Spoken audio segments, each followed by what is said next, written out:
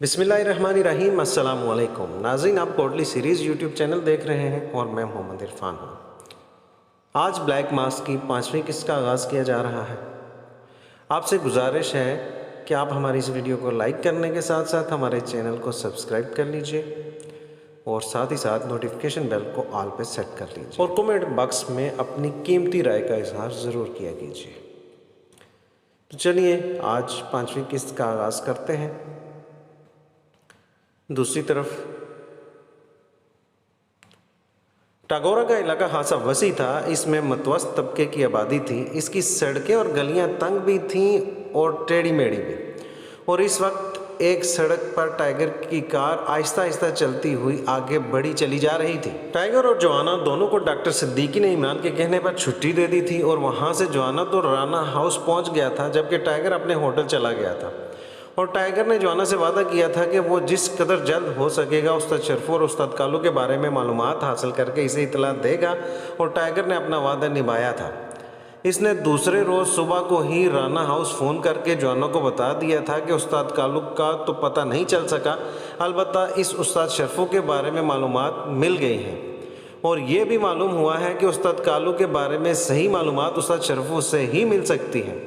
जिस पर जोआना ने फौरी तौर पर हरकत में आने की बात की तो टाइगर कार लेकर राना हाउस पहुंच गया। चूंकि जोआना की कार तबाह हो चुकी थी और राना हाउस में सब बड़ी कारें थी और टाइगर के मुताबिक टागोरा के इलाके की सड़कें तंग और टेढ़ी मेढ़ी थी, इसीलिए जोआना ने टाइगर की छोटी कार पर ही वहां जाने का फैसला किया था।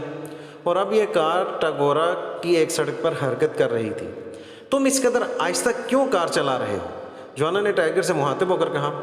मैं यहाँ एक ख़ास निशान चेक कर रहा हूँ। मुझे बताया गया है कि यहाँ सड़क के किनारे एक छोटा सा होटल है जिसका नाम ग्रीन होटल है, जिसका मालिक बोला नामी आदमी है। वो शरफू की नकल व हरकत से वाकिफ़ रहता है। टाइगर ने जवाब दिया तो जोआना ने इस बात में सर हिला दिया और फिर थोड़ी देर बाद टाइगर ने एक छोटे से होटल की साइड में करके कार रोक दी। ये आम सा होटल था जिसमें आम लोग बैठे चाय पी रहे थे और खाना खा रहे थे। बाहर ही एक तरफ तनूर लगा हुआ था जबकि दूसरी तरफ खाने के देगचे वगैरह रखे हुए थे। अलबत्ता होटल के दरवाजे के साथ ही अंदरूनी तरफ एक छोटी सी मेज़ के पीछे अधेड़ उम्र आदमी सामने रकम रखने वाली संदूकची रखे बैठा हुआ था। टाइगर कार रोककर नीचे उतरा तो जोआना भी नीचे उतर आया और फिर दोनों होटल की तरफ बढ़ने लगे। होटल पर काम करने वाले जोआना को बड़ी हैरत भरी नज़रों से देख रहे थे। तुम यहीं रुको, मैं बात कर आता हूँ, टाइगर ने जोआना से कहा और जोआना वहीं होटल के बाहर ही रुक गया जबकि टाइगर होटल में दाखिल हो गया। जी जनाब, हुक्म जनाब। मेज़ के पीछे बैठे हुए अधेड़ उम्र आदमी ने बड़े मुद्दबाना लहजे में टाइगर से मुहातिब होकर कहा, मुझे उस्ताद बोला से मिलना है, एक खासा बड़ा काम देना है उससे। टाइगर ने मुस्कुराते हुए कहा और इसके साथ ही मखसूस अंदाज में आंख भी दबा दी। ओह अच्छा, लेकिन उस्ताद तो इस वक्त क्लब में होगा, अधेड़ उम्र आदमी ने कहा। टाइगर के आंख दबाने से इसके चेहरे पर इत्मीनान के तासुरात उभर आए थे, क्योंकि ये आम बदमाशों और गुंडों का मखसूस इशारा था, जिसका मतलब था कि काम गैर कानूनी है। और जाहिर है गैर कानूनी काम का इशारा पुलिस या इंटेलिजेंस वाले ना दे सकते थे। कहाँ है वो क्लब, मुझे बताओ, वहाँ इससे मिल लेंगे, टाइगर ने कहा। आप तलाश न कर सकेंगे, मैं आपके साथ एक लड़का भेजता हूँ, अधेड़ उम्र आदमी ने कहा। और फिर उसने अंदर काम करने वाले एक लड़के को आवाज़ देकर बुलाया। जी साहब, इस लड़के ने करीब आकर कहा। उस्ताद बोला क्लब में है, इन्हें वहाँ पहुँचा आओ, अधेड़ उम्र आदमी ने लड़के से कहा। जी साहब, आओ जी, लड़के ने कहा। यहाँ से कितनी दूर है? टाइगर ने पूछा। करीब ही है, कार वहाँ जा सकती है, अधेड़ उम्र आदमी ने कहा। तो टाइगर ने जेब से हाथ बाहर निकाला और इस अधेड़ उम्र के हाथ पर रख दिया। ओ जी, इसकी क्या ज़रूरत थी? आपकी मेहरबानी जनाब, अधेड़ उम्र आदमी ने मुस्कुराते हुए कहा और साथ ही इसने जल्दी से हाथ में आने वाले बड़े नोट को अपनी जेब में डाल दिया। कार में बैठ जाओ, टाइगर ने लड़के से कहा। और फिर जोआना उकबी सीट पर बैठ गया और टाइगर ने लड़के को फ्रंट सीट पर बिठाया। और फिर इस लड़के के रास्ता बताने पर वो 2-3 गलियों से गुजरकर एक तंग सी गली के सामने पहुंच गए। यहाँ रोक दें कार जी, वो इस गली के अंदर है, लड़के ने मुअद्दबाना लहजे में कहा। तो टाइगर ने इस बात में सर हिलाते हुए कार एक तरफ रोक दी और फिर वो सब नीचे उतर आए। आओ जी, लड़के ने गली में दाखिल होते हुए कहा। तो इसके पीछे टाइगर और जोआना भी गली में दाखिल हुए। गली ने आगे जाकर जैसे ही मोड़ काटा, सामने एक बंद दरवाज़ा था। ये दरवाज़ा है जी क्लब का, लड़के ने कहा। इस होटल पर जो आदमी बैठा हुआ था जिसने तुम्हें भेजा था, क्या नाम है? टाइगर ने इस लड़के से पूछा और साथ ही जेब से एक नोट निकाल कर लड़के के हाथ पर रख दिया। उस्ताद रमज़ान है जी। वो उस्ताद बोले का मामू है जी, लड़के ने खुश होकर जवाब देते हुए कहा। ठीक है, अब तुम जाओ, टाइगर ने कहा। तो लड़का सलाम करके तेज़ी से मुड़ा और भागता हुआ गली क्रॉस करके साइड पर मुड़कर इनकी नज़रों से गायब हो गया। तो टाइगर आगे बढ़ा। इसने दरवाजे पर ज़ोर से दस्तक दी। कौन है? अंदर से एक चीखती हुई मर्दाना आवाज़ सुनाई दी। उस्ताद बोला से मिलना है, हमें उस्ताद रमज़ान ने भेजा है, इसके मामू ने, टाइगर ने ऊंची आवाज़ में कहा। तो दूसरे लम्हे दरवाज़ा खुल गया। सामने एक लंबा तड़ंगा लेकिन अधेड़ उम्र आदमी खड़ा इन्हें हैरत से देख रहा था। उस्ताद रमज़ान ने आपको यहाँ भेजा है? इस अधेड़ उम्र आदमी ने हैरत भरे लहजे में कहा। हाँ, और हमने उस्ताद बोला से मिलना है और लंबा काम देना है, टाइगर ने कहा। और इसके साथ ही एक बार फिर आंख का कोना दबाकर मखसूस इशारा कर दिया। ओह अच्छा, आओ, अधेड़ उम्र आदमी ने मुतमईन होते हुए कहा और साइड पर से हट गया। तो टाइगर और इसके पीछे जोआना अंदर दाखिल हुए। तो इस आदमी ने दरवाज़ा बंद करके इसे अंदर से लॉक कर दिया और फिर वो इन्हें एक बड़े से कमरे में ले आया जहाँ कुर्सियाँ मौजूद थीं। आप यहाँ बैठे, मैं उस्ताद बोला को बुलाता हूँ, इस आदमी ने कहा और आगे बढ़ गया। ये किस किस्म का क्लब है? ये तो आम सा मकान है, जोआना ने हैरत भरे लहजे में कहा। तो टाइगर बेख्तियार हंस पड़ा। इस इलाके में जहाँ जुआ खेला जाता है इसे क्लब कहते हैं। यहाँ किसी जगह जुआ खेला जा रहा होगा, इसलिए इसे क्लब कहा गया है, टाइगर ने कहा। तो जोआना ने इस बात में सर हिला दिया। वो दोनों कुर्सियों पर बैठ गए। थोड़ी देर बाद बाहर से तेज़ कदमों की आवाज़ सुनाई दी और फिर एक पहलवान नुमा आदमी अंदर दाखिल हुआ। इसका सर गंजा था। इसने एक कान में छोटी सी बाली पहनी हुई थी। इसके जिस्म पर जीन्स की पतलून और गहरे नीले रंग की शर्ट थी। वो चेहरे से ही बदमाश और गुंडा दिखाई दे रहा था। इसके अंदर दाखिल होते ही टाइगर उठ खड़ा हुआ, लेकिन जोआना वैसे ही कुर्सी पर बैठा रहा। कौन हो तुम और किस लिए आए हो? आने वाले ने हैरत भरी नज़रों से टाइगर और जोआना को देखते हुए कहा। तुम्हारा नाम उस्ताद बोला है, टाइगर ने कहा। हाँ, मगर तुम लोग कौन हो? बोला ने होंठ चबाते हुए कहा। वो इनकी तरफ से मशकूक दिखाई दे रहा था। हमने उस्ताद शरफू से मिलना है और हमें बताया गया है कि उस्ताद शरफू की नकल व हरकत के बारे में तुम्हें मालूम होता है, इसलिए हम यहाँ तुम्हारे पास आए हैं, टाइगर ने कहा। किसने बताया है तुम्हें और कौन हो तुम? कहाँ से आए हो और क्या काम है तुम्हें? उस्ताद बोला ने तेज़ लहजे में कहा। ये सब बातें उस्ताद शरफू से होंगी, इसलिए तुम हमें सिर्फ इतना बता दो कि उस्ताद शरफू इस वक्त कहाँ मिलेगा और अपना मुआवजा वसूल कर लो, टाइगर ने जवाब दिया। मुझे कुछ मालूम नहीं है और ना उस्ताद शरफू मेरा वाकिफ़कार है, मैंने सिर्फ इसका नाम सुना हुआ है, इसलिए तुम जा सकते हो, उस्ताद बोला ने कहा और तेज़ी से मुड़कर कमरे से बाहर चला गया। इन्हें बाहर भेजकर दरवाज़ा बंद करो और सुनो, आइंदा मुझसे पूछे बगैर किसी को अंदर ना ले आया करो। बाहर से उस्ताद बोला की चीखती हुई आवाज़ सुनाई दी। अच्छा जी, मैंने तो उस्ताद रमज़ान का नाम सुनकर इन्हें अंदर बिठा दिया था। इस डेढ़ उम्र आदमी की आवाज़ सुनाई दी। आइंदा ख्याल रखना, उस्ताद बोला ने कहा और फिर इसकी तेज़ कदमों की आवाज़ दूर जाती हुई सुनाई दी और फिर मादूम हो गई। आओ जी, अब तुम क्यों यहाँ बैठे हुए हो? इस डेढ़ उम्र आदमी ने दरवाजे में दाखिल होते हुए कहा और जोआना भी उठ खड़ा हो गया। बोला कहाँ गया है? टाइगर ने कहा। वो तो क्लब में गया है, आओ चलो, डेढ़ उम्र आदमी ने कहा।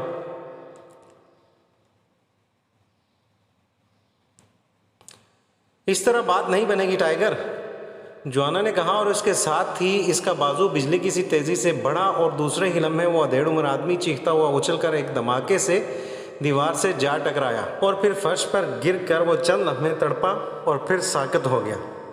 आओ टाइगर, जवाना ने दरवाजे की तरफ बढ़ते हुए कहा। ओह ओह, तुमने यहाँ कत्लेआम नहीं करना जवाना, वरना फिर मामलात बिगड़ जाएंगे। टाइगर ने इसके पीछे बढ़ते हुए परेशान कुन लहजे में कहा। तुम आओ तो सही, जवाना ने कहा और कमरे से बाहर आ गया और फिर इस तरफ को चल पड़ा जिधर उस बोला के कदमों की आवाज़ें सुनाई दी थी। एक तरफ एक बरामदा था जो खाली पड़ा हुआ था, लेकिन जवाना और टाइगर अभी इस बरामदे के करीब पहुंचे ही थे कि एक साइड से एक आदमी बाहर आया और फिर जवाना और टाइगर को देख कर ठिठक गया। तुम कौन हो? इसने हैरत भरे लहजे में कहा। वो बोला कहाँ है?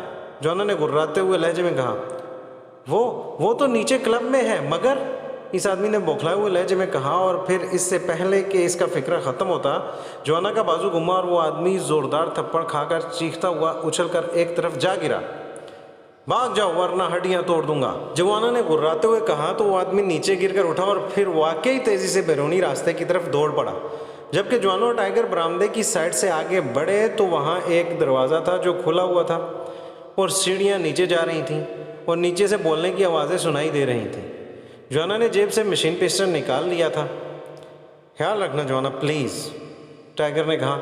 तुम फिक्र मत करो, जवाना ने कहा और इसके साथ ही तेज़ी से सीढ़ियाँ उतरता हुआ नीचे जाने लगा। टाइगर ने भी मशीन पिस्टल निकाल लिया था और वो जवाना के पीछे था। सीढ़ियों का इख्तिताम एक बड़े हाल नुमा कमरे में हुआ जहाँ 40 के करीब अफराद फर्श पर बिछी हुई दरी पर ग्रुपों की सूरत में ताश खेल रहे थे। सबके सामने नोटों के ढेर पड़े हुए थे, जबकि एक तरफ दीवार से टेक लगाए एक मुसल्ला आदमी खड़ा था और उस्ताद बोला इसके साथ कुर्सी पर अकड़ा हुआ बैठा था। इसकी कुर्सी के सामने मेज़ रखी हुई थी जिस पर रकम रखने की खासी बड़ी संदूकची पड़ी थी। जवाना और टाइगर के वहाँ दाखिल होते ही वो सब बेअख्तियार चौंक कर इन्हें देखने लगे। तुम यहाँ, मैंने तो कहा था कि तुम जाओ। फिर बोला ने बेअख्तियार उठते हुए कहा, लेकिन दूसरे लम्हे एक धमाका हुआ और वो दीवार वाला मुसल्ला आदमी चीखता हुआ उछलकर नीचे जा गिरा और बुरी तरह तड़पने लगा और वहाँ मौजूद सब आदमी बेअख्तियार बौखलाए हुए अंदाज में उठ खड़े हुए।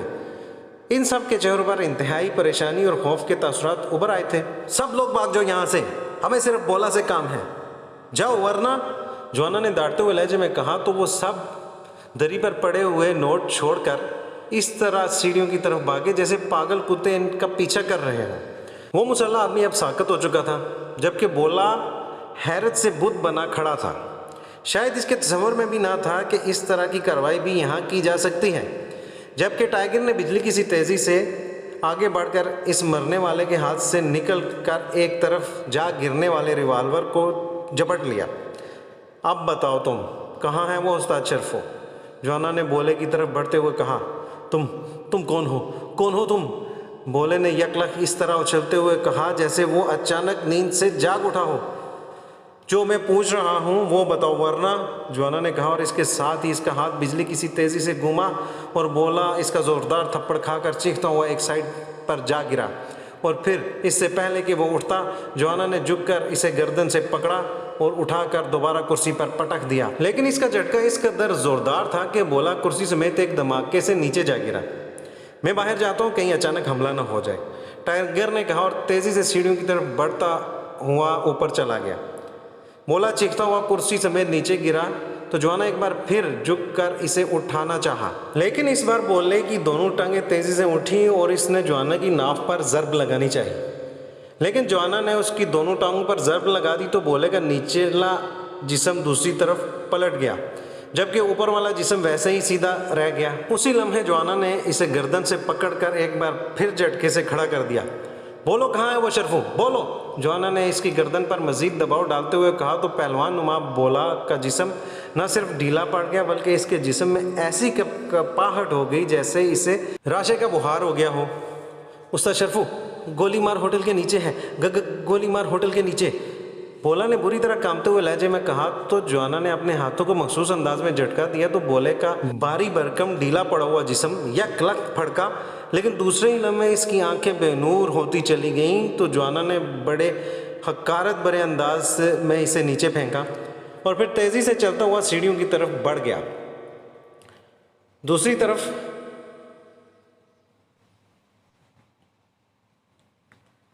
उस्ताद शर्फू दो नीम उरियान नौजवान लड़कियों के दरमियान सोफे पर अकड़े हुए अंदाज में बैठा हुआ था।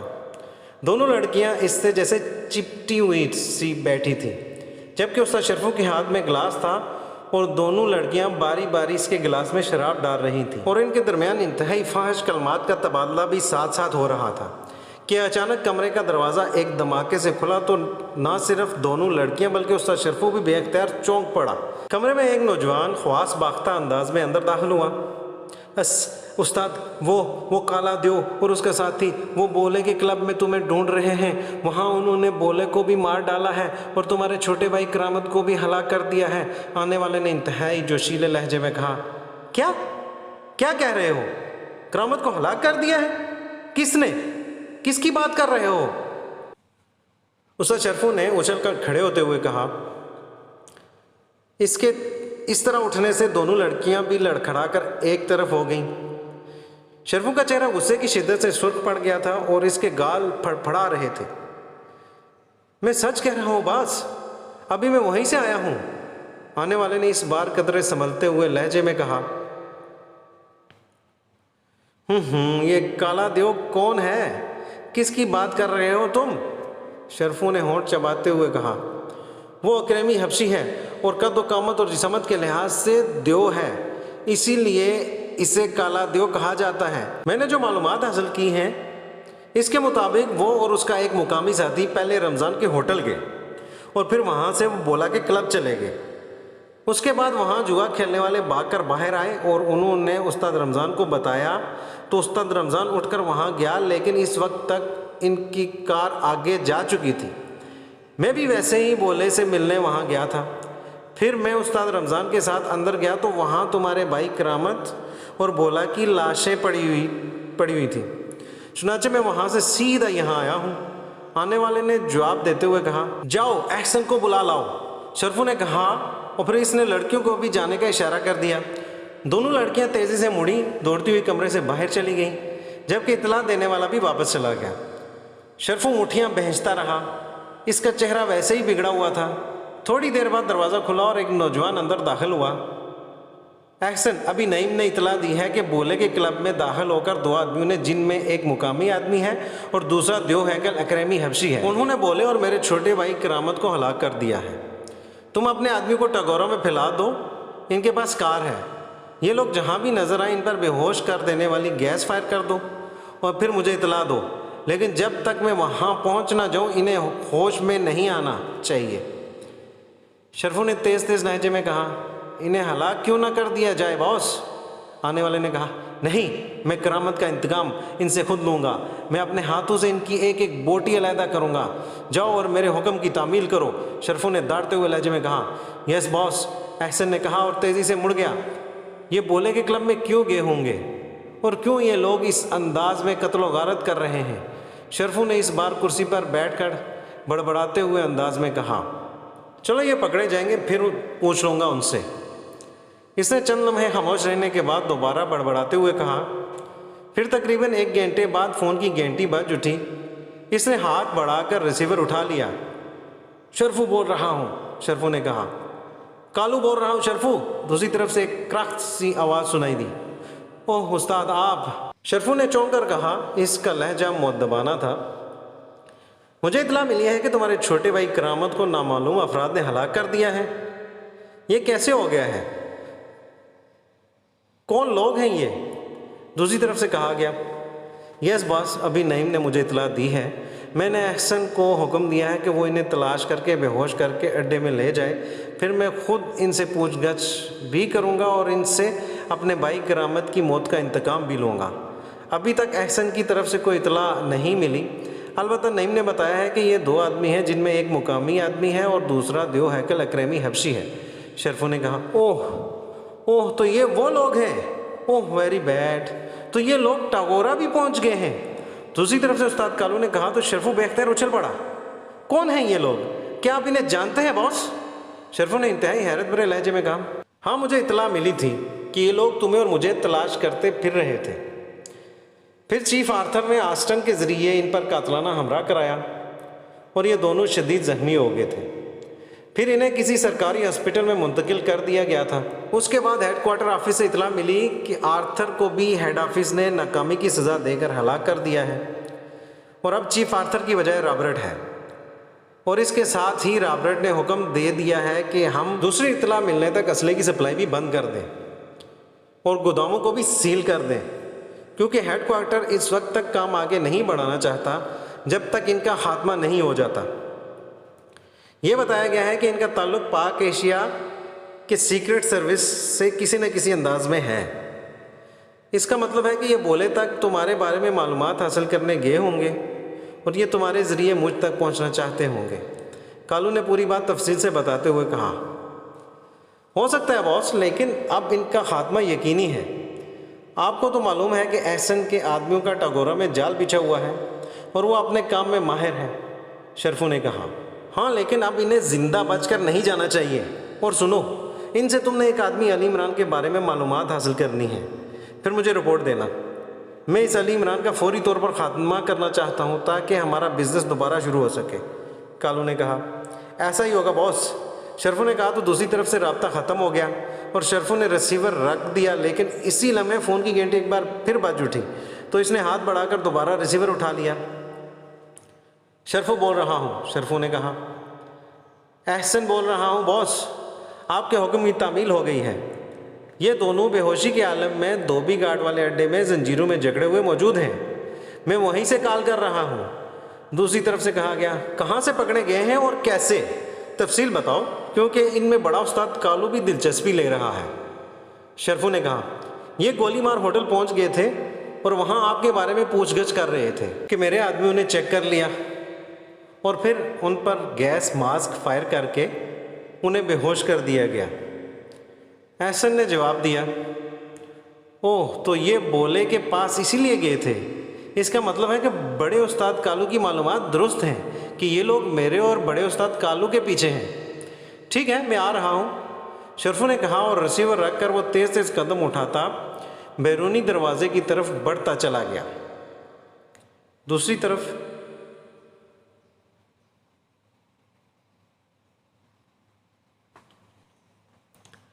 ब्लैक मास्क का चीफ अपने ऑफिस में मौजूद था कि फ़ोन की घंटी बज उठी तो इसने हाथ बढ़ाकर रिसीवर उठा लिया। यस, चीफ ने तेज़ लहजे में कहा। ब्रोक्स बोल रहा हूँ चीफ। दूसरी तरफ से एशियाई सेक्शन के इंचार्ज ब्रोक्स की आवाज़ सुनाई दी। ओह, तुम, क्या रिपोर्ट है? चीफ ने चौंक कर पूछा। चीफ, काफरिस्तान में हमारा सेटअप ख़त्म कर दिया गया है, दूसरी तरफ से कहा गया तो चीफ बेख्तियार उछल पड़ा। काफरिस्तान में? क्या मतलब, कैसे? चीफ ने इंतहाई हैरत भरे लहजे में पूछा। चीफ, स्पेशल ऑर्डर की सप्लाई के लिए वहाँ खुसूसी इंतजामात किए गए थे कि अचानक इतला मिली कि पूरा सेटअप ही वहाँ की मिलिट्री इंटेलिजेंस ने ख़त्म कर दिया है। ये मालूम हुआ है कि किसी ने सेटअप के खिलाफ पूरी तफसील से मिलिट्री इंटेलिजेंस को मुखबरी की है, जिसके नतीजे में ये काम हुआ है। ब्रोक्स ने जवाब देते हुए कहा, वेरी बैड, जबकि इस स्पेशल सप्लाई के लिए हम पर इंतहाई दबाव है। हमने इस सप्लाई के हसूल के लिए इंतहाई जद्दोजहद कर रखी है और हमें जल्द ही माल मिलने वाला है, लेकिन अब हम इसे सप्लाई कैसे करेंगे? पाक एशिया में भी सेटअप काम नहीं कर रहा और काफरिस्तान में भी ये सूरत हाल पैदा हो गई है। वेरी बैड, ये तो ब्लैक मास्क को हर तरफ से मफलूज किया जा रहा है, चीफ ने इंतहाई गुस्सीले लहजे में कहा। चीफ, मैंने भी इस पॉइंट पर काम किया है और मुझे जो इतला मिली है इसके मुताबिक मुखबरी करने वाले ने मिलिट्री इंटेलिजेंस के चीफ को जो रिपोर्ट फैक्स की है, इसमें इसने दर्ज किया कि इसे ये मालूमात पाक एशिया से इसके किसी दोस्त ने भेजी हैं जो मिलिट्री इंटेलिजेंस को भेज रहा है और ये मालूमात 100% हतमी हैं। ब्रोक्स ने कहा, ओह, तो ये चक्कर है। इसका मतलब है कि पाक एशिया सीक्रेट सर्विस हमारे खिलाफ बाकायदा काम कर रही है और इसने काफरिस्तान में भी हमारा रास्ता रोका है, लेकिन इसे ऐसा करने की क्या ज़रूरत थी? वो ज़्यादा से ज़्यादा पाक एशिया में काम करती, इसे काफरिस्तान के सेटअप से क्या दिलचस्पी हो सकती है? जबकि पाक एशिया काफरिस्तान एक दूसरे के दुश्मन ममालिक हैं। चीफ ने तेज़ लहजे में कहा। चीफ, जहाँ तक इस पॉइंट पर मैंने सोचा, मेरे ख्याल के मुताबिक ऐसा बहादुरिस्तान की हुकूमत के मुखालिफ ग्रुपों को सप्लाई की वजह से हुआ है। ब्रोक्स ने जवाब दिया तो चीफ बेख्तियार उछल पड़ा। ओह ओह, मैं समझ गया। तो तुम्हारा मतलब है कि चूँकि पाक एशिया और बहादुरिस्तान दोनों में अच्छे ताल्लुकात हैं, इसलिए पाक एशिया नहीं चाहता कि हसास असला बहादुरिस्तान हुकूमत के मुखालिफ ग्रुपों को सप्लाई हो सके। लेकिन इन्हें हमारी सप्लाई का कैसे इल्म हो गया? चीफ ने कहा, इसकी वजह इस ग्रुप का एक आदमी था। इस ग्रुप के एक आदमी ने मुझे बताया है कि इसका एक आदमी बहादुरिस्तान हुकूमत के हाथ लग गया, जिसके पास वो कागज़ था जिस पर ब्लैक मास्क और उस ग्रुप के दरमियान होने वाले मुआहदे की मखसूस तफसीलात दर्ज थी। इस तरह बहादुरिस्तान हुकूमत को ये इल्म हो गया कि इनके मुखालिफ ग्रुप ने ब्लैक मास्क से हसास असले का सौदा किया है और लाजमन बहादुरिस्तान हुकूमत ने पाक एशिया सीक्रेट सर्विस से दरख्वास्त की होगी, जिसके नतीजे में ये सब कुछ हो रहा है। ब्रोक्स ने जवाब दिया, ओह, अब बात वाकई समझ में आ रही है। लेकिन अब हमें क्या करना चाहिए? ये तो ब्लैक मास्क को मुकम्मल तौर पर मफलूज कर देने की साजिश है, और अगर इसी तरह हम हर मुल्क में मफलूज होते चले गए तो फिर ब्लैक मास्क ख़त्म करना पड़ जाएगा। चीफ ने इस बार इंतहाई गुस्सीले लहजे में कहा। बॉस, मेरा ख्याल है कि ये असला हम खामोशी से पाक एशिया के ज़रिए सप्लाई कर दें, ज़ीरो सेटअप के साथ, ब्रोक्स ने कहा। लेकिन वो तो पहले सेटअप से भी ज़्यादा कमज़ोर सेटअप है। वो कैसे इस कदर हसास असला सप्लाई कर सकता है? चीफ ने कहा, मैं खुद ही चला जाऊंगा और फिर ये काम खामोशी से हो जाएगा। ब्रोक्स ने कहा, नहीं, इस कदर कीमती और हसास असले को मैं किसी रिस्क में नहीं डाल सकता। अगर ये सप्लाई पकड़ी गई तो ब्लैक मास्क मुकम्मल तौर पर तबाह हो जाएगी। इसलिए कोई और तरीका सोचो, पाक एशिया और काफिरिस्तान से हट कर कोई और प्लान बनाओ। चीफ ने कहा, बॉस, बहादुरिस्तान के इस मुखालिफ ग्रुप तक पाक एशिया और काफिरिस्तान के अलावा सिर्फ 2 ममालिक की सरहदें लगती हैं, एक अहरान और दूसरा शोगरान, और इन दोनों ममालिक में हमारे सेटअप नहीं हैं। ब्रोक्स ने जवाब दिया, क्या इन दोनों ममालिक में कोई आर्जी सेटअप नहीं बनाया जा सकता? चीफ ने कहा, नहीं बॉस, अलबत्ता एक काम हो सकता है कि ये सप्लाई हम तार्की के रास्ते रूसिया पहुंचाएं और फिर रूसिया से बहादुरिस्तान, लेकिन ये बहुत लंबा चक्कर पड़ जाएगा और ख़तरात बढ़ जाएंगे।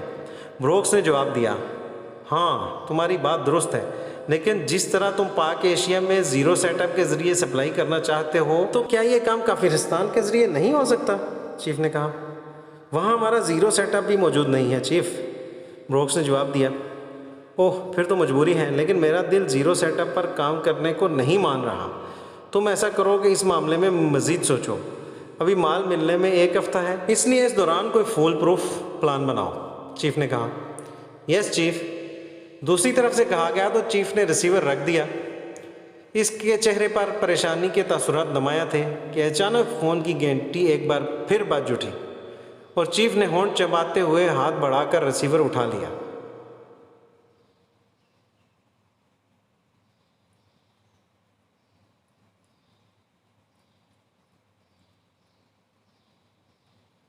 यस, चीफ ने अपने मखसूस लहजे में कहा।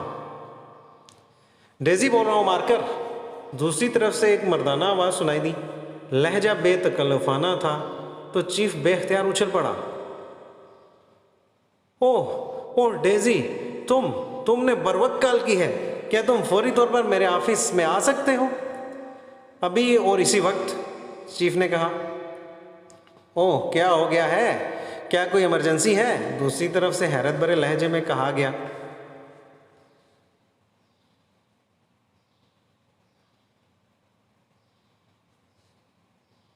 हाँ, अभी आ जाओ जल्दी, चीफ ने कहा। ओके, मैं आ रहा हूँ।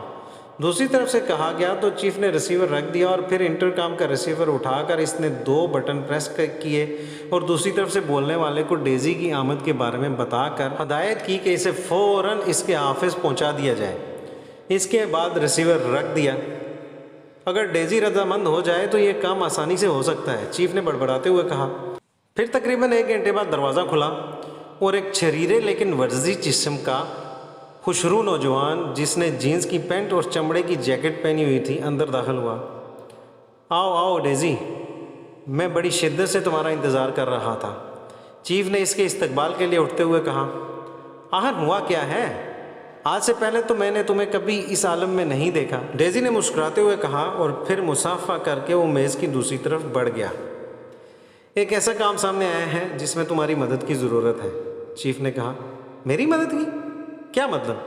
मैं तुम्हारे धंधे में क्या मदद कर सकता हूँ, जबकि ये तो मेरा फील्ड ही नहीं है। डेजी ने हैरत भरे लहजे में कहा,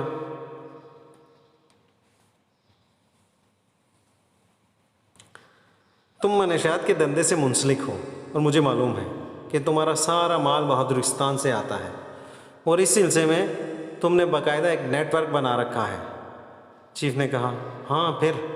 डेजी ने हैरत भरे लहजे में कहा, क्या तुम्हारे नेटवर्क के ज़रिए हम एक सप्लाई बहादुरिस्तान तक पहुंचा सकते हैं? तुम्हें इसका मुंह मांगा मुआवजा दिया जाएगा। चीफ ने कहा, लेकिन तुम्हारे अपने सेटअप का क्या हुआ है जो तुम मेरे नेटवर्क से काम लेना चाहते हो? डेजी के लहजे में हैरत की झलकियाँ थीं और फिर चीफ ने इसे शुरू से लेकर अब तक की सारी रुदात तफसील से बता दी। ओह ओह, तो ये बात है, लेकिन सीक्रेट सर्विस तो इस चक्कर में नहीं पड़ा करती। डेजी ने हैरत भरे लहजे में कहा, हाँ पड़ा तो नहीं करती, लेकिन यहाँ ऐसा हो गया है। असल में ये हमाकत पाक एशिया में हमारे एक एजेंट से हुई है।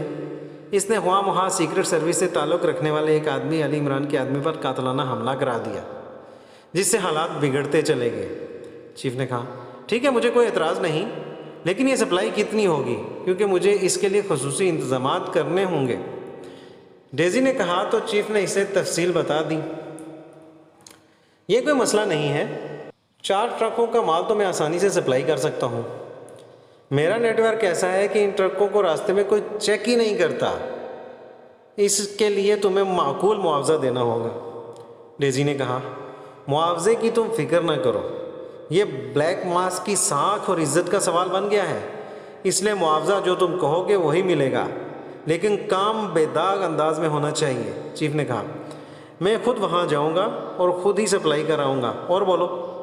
डेजी ने मुस्कुराते हुए कहा तो चीफ बेख्तियार हंस पड़ा। इसके चेहरे पर इत्मीनान और मुसर्रत के तासुरात उभर आए थे। दूसरी तरफ इमरान अपने फ्लैट में मौजूद था कि पास पड़े हुए फ़ोन की घंटी बज उठी और इसने हाथ बढ़ाकर रिसीवर उठा लिया। अली इमरान, MSc DSc आक्सन बज़बान ख़ुद बोल रहा हूँ। इमरान ने अपने मखसूस लहजे में कहा, ताहिर बोल रहा हूँ इमरान साहब। दूसरी तरफ से ब्लैक ज़ीरो की आवाज़ सुनाई दी। मतलब है पाक साफ तहारुत भरी ज़बान बोल रहे हो, इसीलिए तो मुझे रिसीवर में से भी खुशबू आने लगी है। इमरान ने मुस्कुराते हुए कहा, यह तो आपकी क़ुव्वत शामा का कमाल है इमरान साहब कि इधर आपने बात सोची उधर आपको खुशबू भी आने लग गई। बहरहाल नाटरान की कॉल आई थी। इसने बताया कि इसने काफिरिस्तान में ब्लैक मास्क ट्रेस करके वहाँ के मिलिट्री इंटेलिजेंस के चीफ को तफसीली रिपोर्ट फैक्स कर दी है। इसके नतीजे में सारा सेटअप ख़त्म कर दिया गया है। ब्लैक ज़ीरो ने जवाब देते हुए कहा, ओह, इसका मतलब है कि वहाँ का रास्ता भी बंद हो गया। Very bad. इमरान ने मुस्कुराते हुए लहजे में कहा, लेकिन इमरान साहब, ये ब्लैक मास्क इतने बड़े ऑर्डर की सप्लाई तो नहीं रोक सकती, इसलिए मेरा ख्याल है कि हमें इसके मरकज़ पर हाथ डालना चाहिए। ब्लैक ज़ीरो ने कहा, लेकिन फिर तो बाकायदा सीक्रेट सर्विस का मिशन बन जाएगा। ऐसा मिशन जिससे बराह रास्त पाक एशिया को तो कोई फ़ायदा नहीं होगा और हुकूमत बहादुरिस्तान ने हमें सरकारी तौर पर दरख्वास्त भी नहीं की। इमरान ने मुंह बनाते हुए कहा, बहादुरिस्तान इस्लामी मुल्क है और हमारा अच्छा हमसाया भी है। क्या ये ज़रूरी है कि वो हमें बाकायदा दरख्वास्त करें, जबकि ये खसूसी असला अगर बहादुरिस्तान हुकूमत के मुखालिफ ग्रुपों के हाथ लग गया और उन्होंने इसकी मदद से बहादुरिस्तान की हुकूमत पर कब्ज़ा कर लिया तो फिर ये नतीजा होगा कि बहादुरिस्तान काफिरिस्तान के साथ अटैच हो जाएगा। इस तरह पाक एशिया को शदीद नुकसान पहुँचेगा। आप खुद ही तो इस पॉइंट पर सर सुल्तान से बात कर रहे थे। ब्लैक ज़ीरो ने कहा, तो तुम्हारा मतलब है कि इस ब्लैक मास्क के ख़िलाफ़ बाकायदा काम किया जाए? इमरान ने मुस्कुराते हुए कहा, जी हाँ, मेरे ख्याल में ऐसा ज़रूरी है। क्योंकि जिस किस्म का असला ब्लैक मास्क बहादुरिस्तान के मुखालिफ ग्रुप को सप्लाई कर रही है वो इस तक पहुंच गया तो मामलात पलट भी सकते हैं, ब्लैक ज़ीरो ने कहा। लेकिन अब जब कि हुकूमत काफिरिस्तान में भी इनका सेटअप ख़त्म हो चुका है और पाक एशिया में भी, फिर ये सप्लाई वो कैसे करेंगे? इमरान ने कहा। इमरान साहब, वो किसी और मुजरिम तंजीम के सेटअप को भी तो इस्तेमाल कर सकते हैं, ब्लैक ज़ीरो ने कहा। तो इमरान बेख्तियार चौंक पड़ा। ओह वाकई, ये पॉइंट वाकई काबिल तवज्जो है। हाँ वाकई ऐसा हो सकता है, इमरान ने जवाब देते हुए कहा। हमें हर सूरत में ये सप्लाई रोकनी चाहिए क्योंकि इसमें बहरहाल पाक एशिया का कौमी और मजमूई मफाद पोशीदा है, ब्लैक ज़ीरो ने कहा। तुम ऐसा करो कि क्रीमिया चले जाओ और वहाँ से सिर्फ ये मालूम करो कि वो लोग सप्लाई किसके ज़रिए कर रहे हैं, इमरान ने कहा। आपकी दिलचस्पी सिर्फ सप्लाई ही में है, आप इस तंजीम के खिलाफ कोई एक्शन नहीं लेना चाहते, ब्लैक ज़ीरो ने हैरत भरे लहजे में कहा। ब्लैक ज़ीरो, ऐसी तंजीमें पूरी दुनिया में हशरातुल अर्ज़ की तरह फैली हुई हैं, हम किस किस के पीछे भागते हुए रहेंगे? ये तंजीमें अमूमन आम असला ही सप्लाई करती हैं, अलबत्ता खुसूसी सप्लाई शाज़ व नादर ही होती है, इसलिए मुझे ऐसी तंजीमों से कोई दिलचस्पी नहीं है। अलबत्ता कंप्यूटराइज्ड बारूदी सुरंगें वाकई इंतहाई हसास और अहम मसला है और मैंने जो मालूमात हासिल की हैं, ऐसी बारूदी सुरंगें सिर्फ अक्रेमियन फ़ौज के ज़ेर इस्तेमाल हैं या फिर बड़ी बड़ी सुपर पावर्स के पास होंगी। हत्ता कि काफिरिस्तान में भी इसकी मौजूदगी की इतला नहीं मिली है, इसीलिए मुझे इस सप्लाई में दिलचस्पी है। मैं ये सप्लाई न सिर्फ रोकना चाहता हूँ बल्कि इसे पाक एशिया के लिए हासिल करना चाहता हूँ। यह हमारे दिफा के लिए इंतहाई कीमती असासा साबित होगा, इमरान ने तफसील से बात करते हुए कहा। ओह, आपकी बात दुरुस्त है, आप वाकई गैर जज्बाती अंदाज में सोचते हैं। ठीक है, मैं मालूम कर लूँगा, ब्लैक ज़ीरो ने जवाब दिया। ओके, तुम अपनी रवानगी के इंतजाम करके मुझे इतला दे देना, फिर मैं दानिश मंजिल में ही डेरा लगा लूँगा कि शायद कोई बची कुची दानिश किसी कोने में पड़ी हुई मेरे नसीब में ही आ जाए, इमरान ने जवाब दिया। तो दूसरी तरफ से ब्लैक ज़ीरो बेख्तियार हंस पड़ा और इमरान ने भी मुस्कुराते हुए रिसीवर रख दिया। दूसरी तरफ टाइगर की आंखें खुली तो इसे अपने जिस्म में दर्द की तेज़ लहर सी दौड़ती हुई महसूस हुई और इसके साथ ही इसका शऊर एक झटके से पूरी तरह बेदार हो गया। दूसरे ही लम्हे इसने चौंक कर इधर उधर देखा तो इसके चेहरे पर हैरत के तासुरात उभर आए, क्योंकि वो इस वक्त एक बड़े कमरे में दीवार के साथ फौलादी जंजीरों में बंधा हुआ था, लेकिन इसे इस अंदाज में बांधा गया था कि इसकी दोनों कलाइयों में फौलादी कड़े थे जिनके साथ फौलादी जंजीरें मुंसलिक थीं। ये दोनों जंजीरें इसके सर के ऊपर दीवार में नस्ब फौलादी कड़ों से मुंसलिक थी। इस तरह उसके दोनों बाजू कदरे ऊपर को उठे हुए थे, जबकि इसके दोनों पैरों को भी इसी अंदाज में दीवार से नस्ब फौलादी कड़ों में जगड़ा गया था। टाइगर ने गर्दन मोड़कर देखा तो दाईं तरफ जवाना भी इसी अंदाज में फौलादी जंजीरों में जगड़ा हुआ था और एक आदमी इसके बाजू पर इंजेक्शन लगा रहा था, जबकि कमरे में सामने 2-3 कुर्सियां मौजूद थीं और इस इंजेक्शन लगाने वाले के अलावा और कोई आदमी वहां मौजूद न था। इसी लम्हे वो आदमी मुड़ा तो टाइगर इसे देखते ही समझ गया कि ये आम सा गुंडा है। हम किसकी कैद में हैं उस्ताद? टाइगर ने इसे मुहातब होकर कहा। इसने जानबूझकर लफ्ज़ उस्ताद बोला था क्योंकि इसे मालूम था कि आम सतह के गुंडे उस्ताद कहने से बेहद खुश होते हैं। तुमने बोला कि क्लब में दाखिल होकर न सिर्फ बोला को हलाक किया है बल्कि उस्ताद शरफों के छोटे भाई करामत को भी हलाक कर दिया है, इसलिए उस्ताद शरफों ने तुम्हें यहाँ मंगवाया है ताकि तुमसे अपने भाई का भरपूर इंतकाम ले सके। मेरा मशवरा है कि तुम जो दुआएं मांग सकते हो मांग लो, क्योंकि अब मौत के सिवा तुम्हारा कोई इंजाम नहीं हो सकता।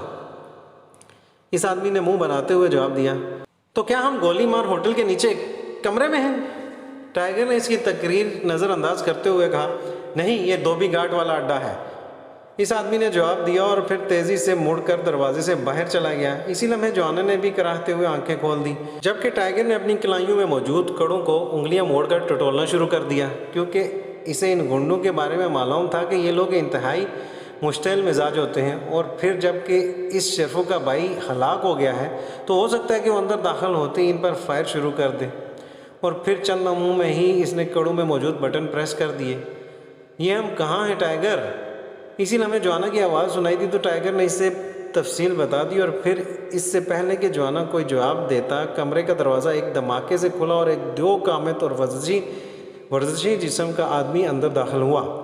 वो सर से गंजा था और इसके एक कान में छोटी सी बाली थी। उसने जीन की पैंट और गहरे ज़र्द रंग की फूलदार हाफ आस्तीन की शर्ट पहन रखी थी। इसके चेहरे पर जख्मों के बेशुमार निशानात थे और इसकी छोटी छोटी आंखों में तेज़ चमक थी। इसकी थोड़ी और थोड़ी जैसी और आगे की तरफ बढ़ी हुई थी।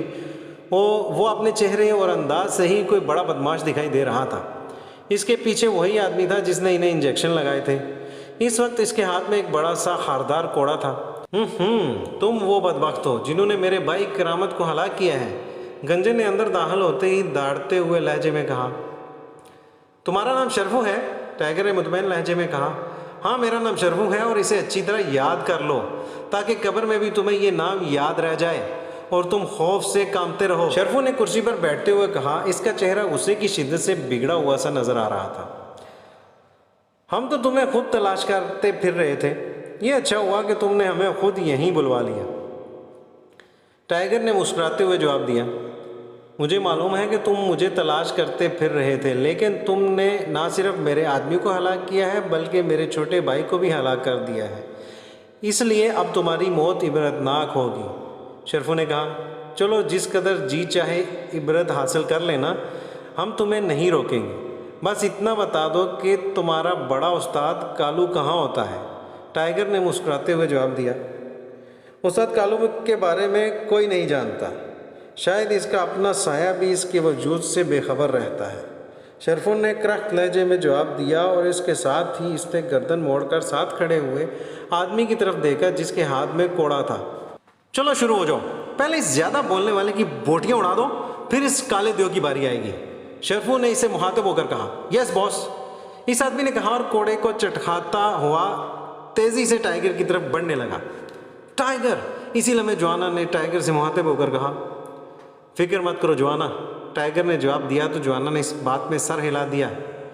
शुरू हो जाओ, खबरदार अगर तुम्हारा हाथ रुका, शर्फू ने यकलक चीखते हुए कहा तो इस आदमी ने बिजली की सी तेजी से कोड़े वाला हाथ हवा में उठाया ही था कि टाइगर ने उंगली पर दबाव डाल दिया और कटाक कटाक की आवाज़ों के साथ ही इसकी कलाइयों में मौजूद दोनों कड़े खुलकर दीवार के साथ जा लटके और इसके साथ ही टाइगर बिजली की सी तेज़ी से अपने कदमों पर झुक गया। इसका इस अंदाज में झुकना ही इसे कोड़े की ज़रब से बचा गया था, क्योंकि कोड़ा इशड़प की आवाज़ के साथ ही दीवार से जा टकराया था। ये कि इसने किस तरह हाथ खोल लिए? शर्फू ने उछल कर खड़े होते हुए कहा। लेकिन इसी लम्हे टाइगर का जिस्म हवा में उड़ते हुए परिंदे की तरह उस आदमी की तरफ बढ़ा जो दूसरी बार कोड़ा मारने के लिए हाथ उठा रहा था और फिर इसके मुंह से यकलक चीख निकली और वह घूमता हुआ कुर्सी से उठकर खड़े होते हुए शर्फू पर जा गिरा था। टाइगर ने इसे इस अंदाज में घुमा कर फेंका था कि इसका जिस्म घूमता हुआ शर्फू से जा टकराया था और कोड़ा इसके हाथ से निकल कर दूर जा गिरा था और दोनों चीखते हुए एक दूसरे से टकराकर नीचे गिरे ही थे कि इसी लम्हे हल्के से धमाके की आवाज़ के साथ ही जोआना के दोनों बाजू आज़ाद हो गए। उसने दीवार में नस्ब दोनों फौलादी कड़े ही झटके से निकाल लिए थे। जंजीरें और कड़े इसके बाजू से लटक रहे थे, जबकि टाइगर का जिस्म जिस तेज़ी से आगे की तरफ बढ़ा था उसी तेज़ी से वापस सिमटा और चंद लम्हों में इसने अपने पैरों में मौजूद कड़ों के बटन खोल लिए। इधर जोआना ने भी यही काम किया और वो भी बिजली की सी तेज़ी से अपने पैरों पर झुका था। ये सब कुछ इस कदर तेज़ी से हुआ कि जब तक शर्फू और उसका आदमी जो एक दूसरे से टकराकर कुर्सी समेत नीचे गिरे थे उठकर खड़े होते, टाइगर और जोआना कड़ों की गिरफ्त से आज़ाद हो चुके थे। टाइगर ने पैर आज़ाद होते ही लंबी छलांग लगाई और दूसरे ही लम्हे उस आदमी के हाथ से निकलकर गिर जाने वाला खारदार कोड़ा झपट कर सीधा हो गया था, जबकि जोआना ने इसी दौरान अपने बाजू से मुंसलिक कड़े हटा दिए थे और अब ये वो चारों एक दूसरे के सामने खड़े थे। तुमने ये सब कैसे कर लिया? शर्फू ने इंतहाई हैरत भरे लहजे में कहा और टाइगर ये देखकर मुस्कुरा दिया था कि शर्फू के चेहरे पर खौफ के तासरात मौजूद थे। इसका मतलब था कि वो हाथ से मजबूत आसाब का मालिक है। इसी लम्हे टाइगर ने देखा कि वो आदमी जिसके हाथ में कोड़ा था उसका एक हाथ तेज़ी से इसकी जैकेट की जेब की तरफ बढ़ रहा था। टाइगर समझ गया कि वो जेब से रिवाल्वर निकालना चाहता है, क्योंकि इसकी जेब का मखसूस उबार बता रहा था कि इसमें रिवाल्वर मौजूद है। जबकि शरफू ने चूंकि शर्ट पहन रखी थी इसलिए इसके पास कोई असला ना था।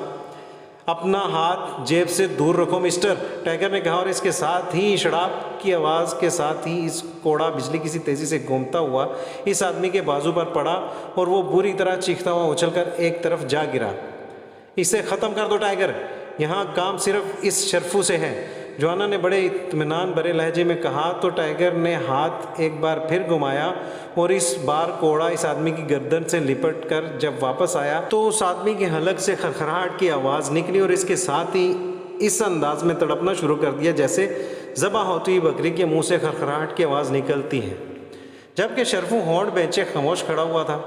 तुम दोनों मेरी तवक्का से ज़्यादा होशियार हो, बहरहाल अब तुम जिंदा यहाँ से बचकर ना जा सकोगे, शरफू ने क्रख लहजे में कहा। मैं तुम्हें आखिरी बार कह रहा हूँ कि इस कालू का पता बता दो, वरना, जोआना ने इसकी तरफ बढ़ते हुए सख्त लहजे में कहा। लेकिन इसी लम्हे शरफू ने इसकी बात का कोई जवाब देने की बजाय अचानक इंतहाई माहराना अंदाज में जोआना पर फ्लाइंग किक लगा दी। लेकिन दूसरे लम्हे वो बुरी तरह चीखता हुआ हवा में उछला और रुकबी दीवार से एक धमाके से टकराकर नीचे फर्श पर जा गिरा। जोआना ने इसके जिस्म को मखसूस अंदाज में थपकी देकर हवा में उछाल दिया था। नीचे गिरकर शरफू वाकई स्प्रिंग की तरह उठ खड़ा हो गया, जैसे इसके जिस्म में हड्डियों की जगह स्प्रिंग लगे हों। जबकि जोआना इसे उकब में उछालकर तेज़ी से इसकी तरफ मुड़ गया था और टाइगर इसी दौरान दरवाज़ा खोलकर कमरे से बाहर जा चुका था। अब कमरे में जोआना और शरफू ही आमने सामने खड़े थे। हाँ, अब आखिरी बार कह रहा हूँ कि कालू के मुतल्लिक पता बता दो, वरना, जोआना ने मुस्कुराते हुए कहा। मुझे नहीं मालूम, शरफू ने कहा और इसके साथ ही इसने यकलख गोता मारा और फिर वो वाकई बिजली किसी तेज़ी से साइड में होकर जोआना के उकबी तरफ पहुँच गया। जोआना उछलकर मुड़ने ही लगा था कि शरफू का बाजू पूरी कुव्वत से जोआना की पसली पर पड़ा और जोआना बेख्तियार लड़खड़ाता हुआ 2 कदम साइड पर हटने पर मजबूर हो गया। फिर जैसे ही जोआना 2 कदम साइड पर हटा, शरफू ने अचानक किसी गुस्सीले मेंढे की तरह पूरी कुव्वत से जोआना के सीने पर सर की भरपूर टक्कर मारी। एक धमाका हुआ और जोआना उछलकर 2 कदम पीछे हटा, लेकिन वो गिरने से बच गया था। लेकिन पीछे हटते ही जोआना के दोनों बाजू बिजली किसी तेज़ी से शरफू की पुष्ट पर पड़े और शरफू इस बार चीखता हुआ मुँह के बल एक धमाके से नीचे गिरा। लेकिन नीचे गिरते ही वो एक बार फिर किसी स्प्रिंग की तरह उछलकर ना सिर्फ खड़ा हो गया बल्कि जोआना के मुमकिन हमले से बचने के लिए तेज़ी से पीछे हटता चला गया। बस अब मोहलत ख़त्म, तुमने बहुत उछल कूद कर ली है, जोआना ने होंठ चबाते हुए कहा। और फिर जिस तरह बिजली चमकती है इस तरह जोआना ने भारी भरकम वजूद के बावजूद आगे की तरफ छलांग लगाई। शरफू ने इसके इस हमले से बचने के लिए तेज़ी से दाएं तरफ गोता मारा, लेकिन दूसरे लम्हे वो हवा में कलाबाजी खाकर एक ज़ोरदार धमाके से नीचे फर्श पर जा गिरा। इसका जिस्म नीचे गिरकर तेज़ी से सिमट रहा था। जोआना अब इत्मीनान से आगे बढ़ा।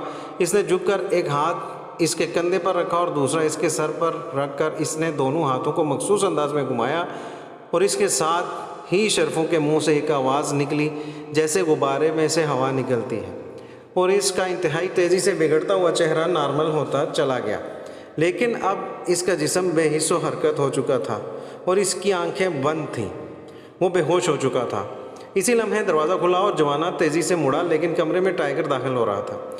इसके हाथ में अब मशीन पिस्टल था, जबकि दूसरे हाथ में वही खारदार कोड़ा। यहाँ 2 आदमी और मौजूद थे जिन्हें मैंने हलाक कर दिया है। क्या ये मर चुका है?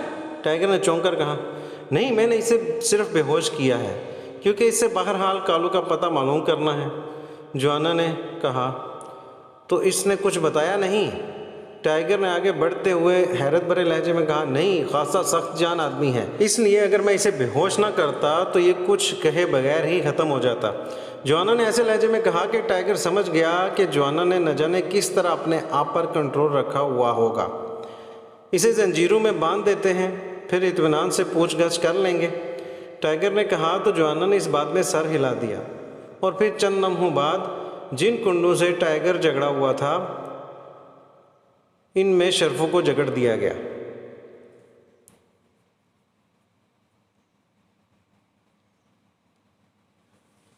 ये कोड़ा मुझे दो और तुम बाहर का ख्याल रखो, जोआना ने पीछे हटते हुए कहा। तुमने इस पर कोड़े बरसाए तो इसकी रूह परवास कर जाएगी, इसलिए ये काम मुझे करने दो। बाहर की फिक्र मत करो, मैंने चेकिंग कर ली है, ये आबादी से हटकर मकान है, टाइगर ने कहा। ओके, फिर तुम पूछगछ कर लो। जोना ने कहा और कुर्सी पर बैठ गया। टाइगर ने मशीन पिस्टल जेब में रखा और कोड़े को फर्श पर डालकर शर्फू की तरफ बढ़ गया। इसने दोनों हाथ शर्फू के मुंह और नाक पर रख दिए। चंद लम्हों बाद शर्फू के जिस्म में हरकत के तासुरात नमूदार होने लगे तो टाइगर ने हाथ हटाए और पीछे हटकर इसने फर्श पर पड़ा हुआ कोड़ा उठा लिया, जबकि जोना इत्मीनान भरे अंदाज में कुर्सी पर बैठा हुआ था। थोड़ी देर बाद शर्फू कराहता हुआ होश में आ गया और इसने होश में आते ही वहशाना अंदाज में अपने आप को जंजीरों से छुड़ाने की कोशिश की, लेकिन चंद ही लम्हों बाद इसकी कोशिश ख़त्म हो गई और वह होंठ बेचते खामोश खड़ा हो गया। तुमने अपनी कोशिश कर ली शर्फू, इस मकान में तुम्हारे मौजूद दोनों आदमी हलाक हो चुके हैं और अब तुम्हारी चीखें दूर दूर तक सुनने वाला कोई नहीं है। इसलिए अब भी तुम्हारे पास वक्त है कि तुम उस्ताद कालू के बारे में तफसील बता दो। टाइगर ने सर्द लहजे में कहा, मुझे नहीं मालूम, मैं सच कह रहा हूँ, मुझे नहीं मालूम। सुनो, तुम बहरहाल अब जिंदा नहीं बच सकोगे क्योंकि उस्ताद कालू को मालूम है कि तुम्हें यहाँ लाया गया है। शर्फू ने कहा, वो कैसे? टाइगर ने चौंक कर पूछा। उसका फ़ोन आया था, उसे मेरे छोटे भाई करामत की मौत की इतला मिल गई थी। मैंने उससे बता दिया कि मेरे आदमी तुम्हें तलाश कर रहे हैं और तुम्हें बेहोश करके यहाँ लाया जाएगा। शर्फू ने जवाब दिया, फिर तुमने कहा होगा कि तुम हमारे बारे में इसे रिपोर्ट करोगे, क्यों? टाइगर ने कहा, हाँ, मैंने इसे बताना है कि तुम दोनों का ताल्लुक़ किस पार्टी से है और तुम क्यों टागोरा में इस किस्म के काम कर रहे हो। शर्फू ने कहा, यह रिपोर्ट तुम इसे फ़ोन पर दोगे? टाइगर ने कहा, हाँ। शर्फू ने जवाब दिया। किस नंबर पर? टाइगर ने पूछा। तुम शायद सोच रहे हो कि इस नंबर के बारे में मालूमात हासिल करके तुम उस्ताद कालू तक पहुंच जाओगे, तो ऐसा मुमकिन नहीं है। शर्फू ने कहा, तुम सिर्फ नंबर बता दो, बाकी हम क्या करते हैं क्या नहीं ये तुम्हारा दर्द-सर नहीं है। टाइगर ने कहा, मुझे मालूम नहीं। शर्फू एक बार फिर बिगड़ गया था। मैं तो सोच रहा था कि ख्वाम-ख्वाह तुम पर कोड़े बरसाने की मुशक्क़त से बच जाऊंगा, लेकिन तुम्हारा जिस्म शायद कोड़े खाने के लिए बेचैन हो रहा है। टाइगर ने कहा और इसके साथ ही इसका हाथ घूमा और दूसरे लम्हे कमरा शर्फू के हलक से निकलने वाली चीख से गूंज उठा। अभी उसकी चीख ख़त्म भी न हुई थी कि एक बार फिर शराब की आवाज़ सुनाई दी और शर्फू के मुंह से पहले से भी ज़्यादा तेज़ चीख निकली। इसकी शर्ट फट गई थी और जिस्म पर सुर्ख लकीरें लग गई थी। बोलो, कहाँ है कालू, बोलो, टाइगर ने कहा और इसके साथ ही इसका हाथ किसी मशीन की तरह मुसलसल चलने लगा। लेकिन चंद लम्हों बाद इसने अपना हाथ रोक लिया क्योंकि शर्फू की गर्दन ढलक चुकी थी। वो बेहोश हो चुका था।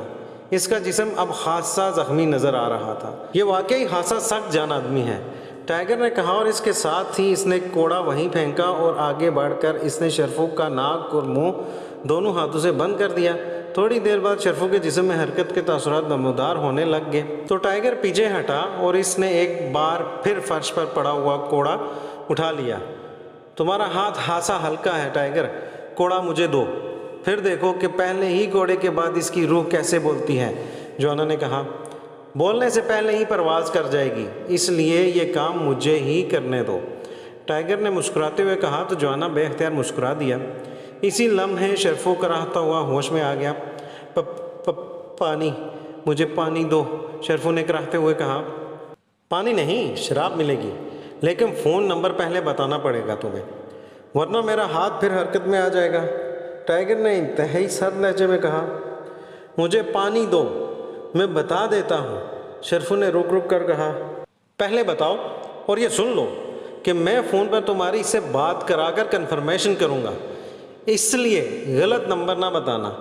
टाइगर ने कहा तो शर्फू की आंखों में तेज़ चमक उभर आई और टाइगर बेख्तियार मुस्कुरा दिया क्योंकि वो इस चमक की वजह समझता था और इसने इसलिए ये बात भी की थी कि वो शर्फू की बात कालू से करा देगा। इसे मालूम था कि शर्फू के ख्याल के मुताबिक वो कालू को फ़ौरन ही अपने बारे में इशारा कर दे और शर्फू ने इस बार जल्दी से नंबर बता दिया। मैं फ़ोन ले आऊँ फिर बात होगी, टाइगर ने कहा और तेज़ी से मुड़कर कमरे से बाहर चला गया। तुम मुझे पानी पिला दो, शर्फू ने कहा। हिम्मत करो, 2-4 कोड़े खाकर तुम्हारी ये हालत हो रही है तो पहले ही बता देना था। जोना ने मुंह बनाते हुए सख्त लहजे में जवाब दिया, पानी दे दो, पानी पानी, शरफू ने डूबते हुए लहजे में कहा और फिर चंद लम्हों बाद इसकी गर्दन एक बार फिर ढलक गई, जबकि जवाना वैसे ही कुर्सी पर बैठा रहा। थोड़ी देर बाद टाइगर हाथ में कार्डलेस फ़ोन पीस उठाए हुए अंदर दाखिल हुआ। अरे ये तो फिर बेहोश हो गया, टाइगर ने कहा। हाँ, पानी मांग रहा था, लेकिन मैं सांपों को दूध पिलाने का कायल नहीं हूँ। ये अब तक इसीलिए नज़र आ रहा है कि इससे मालूमात हासिल करनी थी। जवाना ने मुंह बनाते हुए कहा, यहाँ नीचे तो काफ़ी बड़ा तहखाना है जिसमें असले की पेटियाँ भरी हुई हैं, और इसकी एक साइड पर ऑफिस बना हुआ है जिसमें फ़ोन भी है और साथ ही कार्डलेस फ़ोन भी मौजूद था। इस कालू का पता चलाओ, मुझे इस अहमकाना उछल कूद से बड़ी बोरियत सी होती है, जवाना ने कहा। तो टाइगर ने मुस्कुराते हुए फ़ोन पे आन किया और फिर शरफू के बताए हुए नंबर प्रेस करने शुरू कर दिए। कौन है? रब्ता कायम होते ही दूसरी तरफ से एक चीखती हुई आवाज़ सुनाई दी। शरफू बोल रहा हूँ, टाइगर ने जानबूझकर ऐसे लहजे में कहा जैसे शरफू इंतहाई ज़ख्मी हालत में बोल रहा हो। अलबत्ता इसने अपने तौर पर कोशिश की थी कि शरफू की आवाज़ और लहजे की नकल उतारे, लेकिन चूंकि इसे मालूम था कि अभी वो इस फ़न में इमरान की तरह माहिर नहीं हो सका, इसलिए इसने ज़ख्मी होने के तासुर में इसे छुपाने की कोशिश की थी। शरफू, तुम? क्या हुआ? ये तुम किस तरह बोल रहे हो? मैं उस्ताद कालू बोल रहा हूँ, दूसरी तरफ से चीखते हुए लहजे में कहा गया। मैं ज़ख्मी हूँ, टाइगर ने कहा। ओह, किसने तुम्हें ज़ख्मी किया है? कहाँ से बोल रहे हो? दूसरी तरफ से पहले की तरह चीखते हुए लहजे में कहा गया।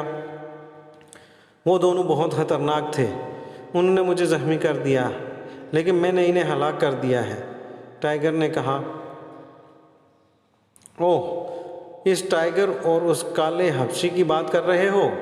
क्या वो हलाक हो गए हैं? दूसरी तरफ से कहा गया। हाँ, टाइगर ने कहा।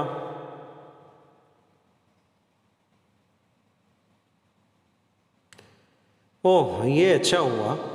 तुम कहाँ से बोल रहे हो? दूसरी तरफ से कहा गया। धोबी घाट वाले अड्डे से, टाइगर ने जवाब दिया। ओह अच्छा, ठीक है, तुम वहीं रुको, मैं डॉक्टर को लेकर तुम्हारे पास पहुंच रहा हूं, कालू ने जवाब देते हुए कहा।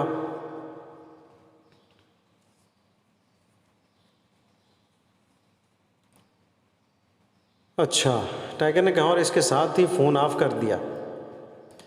वेरी गुड, ये अच्छा हुआ कि कालू खुद यहीं आ रहा है, टाइगर ने फ़ोन बंद करते हुए कहा। जाहिर है इसने तो आना ही था क्योंकि शरफू इसका चहीता है। बहरहाल अब इन दोनों को पकड़कर इनसे इस टागोरा के इलाके के बारे में तफसील मालूम करके यहाँ जनरल ऑपरेशन करेंगे, जवाना ने उठते हुए कहा और टाइगर ने इस बात में सर हिला दिया। आओ बाहर, हमें पूरी तरह मुहतात रहना होगा, हो सकता है उस्ताद कालू अपने साथ 2-4 बदमाश भी ले आए, टाइगर ने कहा और इस बार जवाना ने इस बात में सर हिला दिया।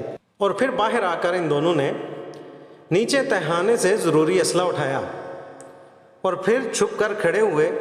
तकरीबन निस्फ घंटा हुआ था कि बाहर कारें रुकने की आवाज़ें सुनाई दी और फिर ऐसी आवाज़ें सुनाई दी जैसे काफ़ी सारे लोग कारों के दरवाजे खोलकर नीचे उतरे हों। और चंद लम्हों बाद यकलख्त फ़िज़ा में साएँ साएँ की आवाज़ें सुनाई दी और इसके साथ ही तीनों अतराफ से कई खौफनाक मिज़ाइल उड़ते हुए इस इमारत से टकराए और इसके साथ ही इंतहाई खौफनाक धमाके हुए। और टाइगर और जवाना दोनों को यूँ महसूस हुआ जैसे ये मिज़ाइल इनके सरों पर फटे हों और उसके साथ ही इनके जहनों में आखिरी एहसास यही उभरा था कि वो आखिरकार इन बदमाशों के हाथों मौत का शिकार हो गए हैं। दूसरी तरफ एक बड़े से कमरे में महागनी जहाज़ी साइज़ की ऑफिस टेबल के पीछे एक लंबे कद लेकिन दुबले पतले जिस्म का अधेड़ उम्र आदमी अकड़े हुए अंदाज में बैठा हुआ था। इसके चेहरे पर मक्कारी और अयारी के साथ साथ खबासत भी नुमायाँ थी। इसके सर के बाल काफ़ी बड़े थे और इन्हें पेशानी से सर के पिछले हिस्से की तरफ उल्टा कर जमाया गया था, जिसकी वजह से इसकी तंग पेशानी भी काफ़ी चौड़ी नज़र आ रही थी। इसके दाएं गाल पर एक बड़ा स्याह रंग का तिल था और बाएं गाल पर नीले रंग का सितारा कुंदा हुआ था। ये उस्ताद कालू था, टागोरा का बेताज बादशाह। मेज़ पर कई रंग के फ़ोन सेट रखे हुए थे और उस्ताद कालू ने बाकायदा गहरे रंग का 3 पीस सूट पहना हुआ था और सुर्ख रंग की टाई लगाई हुई थी। कोट की ऊपरी वाली जेब में सुर्ख रंग का तयशुदा रुमाल भी था। अपने अंदाज से वो एक आम बदमाश की बजाय किसी बड़ी तंजीम का सरबराह दिखाई देता था। उसके सामने शराब की बोतल रखी हुई थी और वो थोड़ी थोड़ी देर बाद बोतल उठाकर बड़ा घूंट लेता और फिर बोतल मेज़ पर रख देता कि सामने पड़े हुए सुर्ख रंग के फ़ोन की घंटी बज उठी तो इसने हाथ बढ़ाकर रिसीवर उठा लिया। यस, उस्ताद कालू ने तेज़ लहजे में कहा। टोनी की कॉल है बॉस। दूसरे तरफ से एक मुद्दबाना आवाज़ सुनाई दी। कराओ बात, उस्ताद कालू ने कहा। बॉस, मैं टोनी बोल रहा हूँ। चंद लम्हों बाद एक मुद्दबाना आवाज़ सुनाई दी। हाँ, क्या रिपोर्ट है टोनी? उस्ताद कालू ने तेज़ और ख़ासे सख्त लहजे में कहा। हुक्म की तामील हो चुकी है बॉस। धोबी घाट वाले अड्डे को मिसाइलों से उड़ा दिया गया है। दूसरी तरफ से मुद्दबाना लहजे में कहा गया। लाशें चेक की हैं? कालू ने कहा। नो बॉस, अंदर मौजूद असले के ज़ख़ायर की वजह से वहाँ इंतहाई खौफनाक तबाही मची हुई है, इसलिए लाशों के तो पुर्जे उड़ गए होंगे। दूसरी तरफ से कहा गया। ओके ठीक है, अब तुम वापस आ जाओ, उस्ताद कालू ने मुतमईन लहजे में कहा और इसके साथ ही इसने रिसीवर रख दिया। इसी लम्हे दरवाज़ा खुला और एक नौजवान लड़की अंदर दाखिल हुई। इसके जिस्म पर चुस्त जीन्स की पैंट और फूलदार शर्ट थी।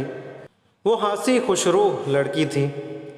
ओह मारिया, तुम आओ बैठो, उस्ताद कालू ने इसे चौंक कर देखते हुए मुस्कुरा कर कहा। डैडी, मुझे अभी मालूम हुआ है कि आपने धोबी घाट वाले अड्डे को मिसाइलों से तबाह कर दिया है। मारिया ने मेज़ की दूसरी तरफ कुर्सी पर बैठते हुए कहा। वो उस्ताद कालू की इकलौती बेटी थी और उस्ताद कालू ने इसे बाकायदा मार्शल आर्ट, निशानाबाजी और इस किस्म के दूसरे फ़नून के बड़े बड़े माहिरों से तालीम दिलाई थी। इसलिए अब मारिया उस्ताद कालू की नंबर 2 थी और मारिया लड़ाई बड़ाई के फ़न में इस कदर माहिर हो गई थी कि अच्छे अच्छे बदमाश इसका नाम सुनते ही कानों को हाथ लगा लिया करते थे। हाँ, मुझे अफसोस है मारिया कि शरफू भी इस चक्कर में मारा जा चुका है, उस्ताद कालू ने कहा तो मारिया बेख्तियार उछल पड़ी। शरफू मारा जा चुका है? क्या मतलब? किसने मारा है इसे और क्यों?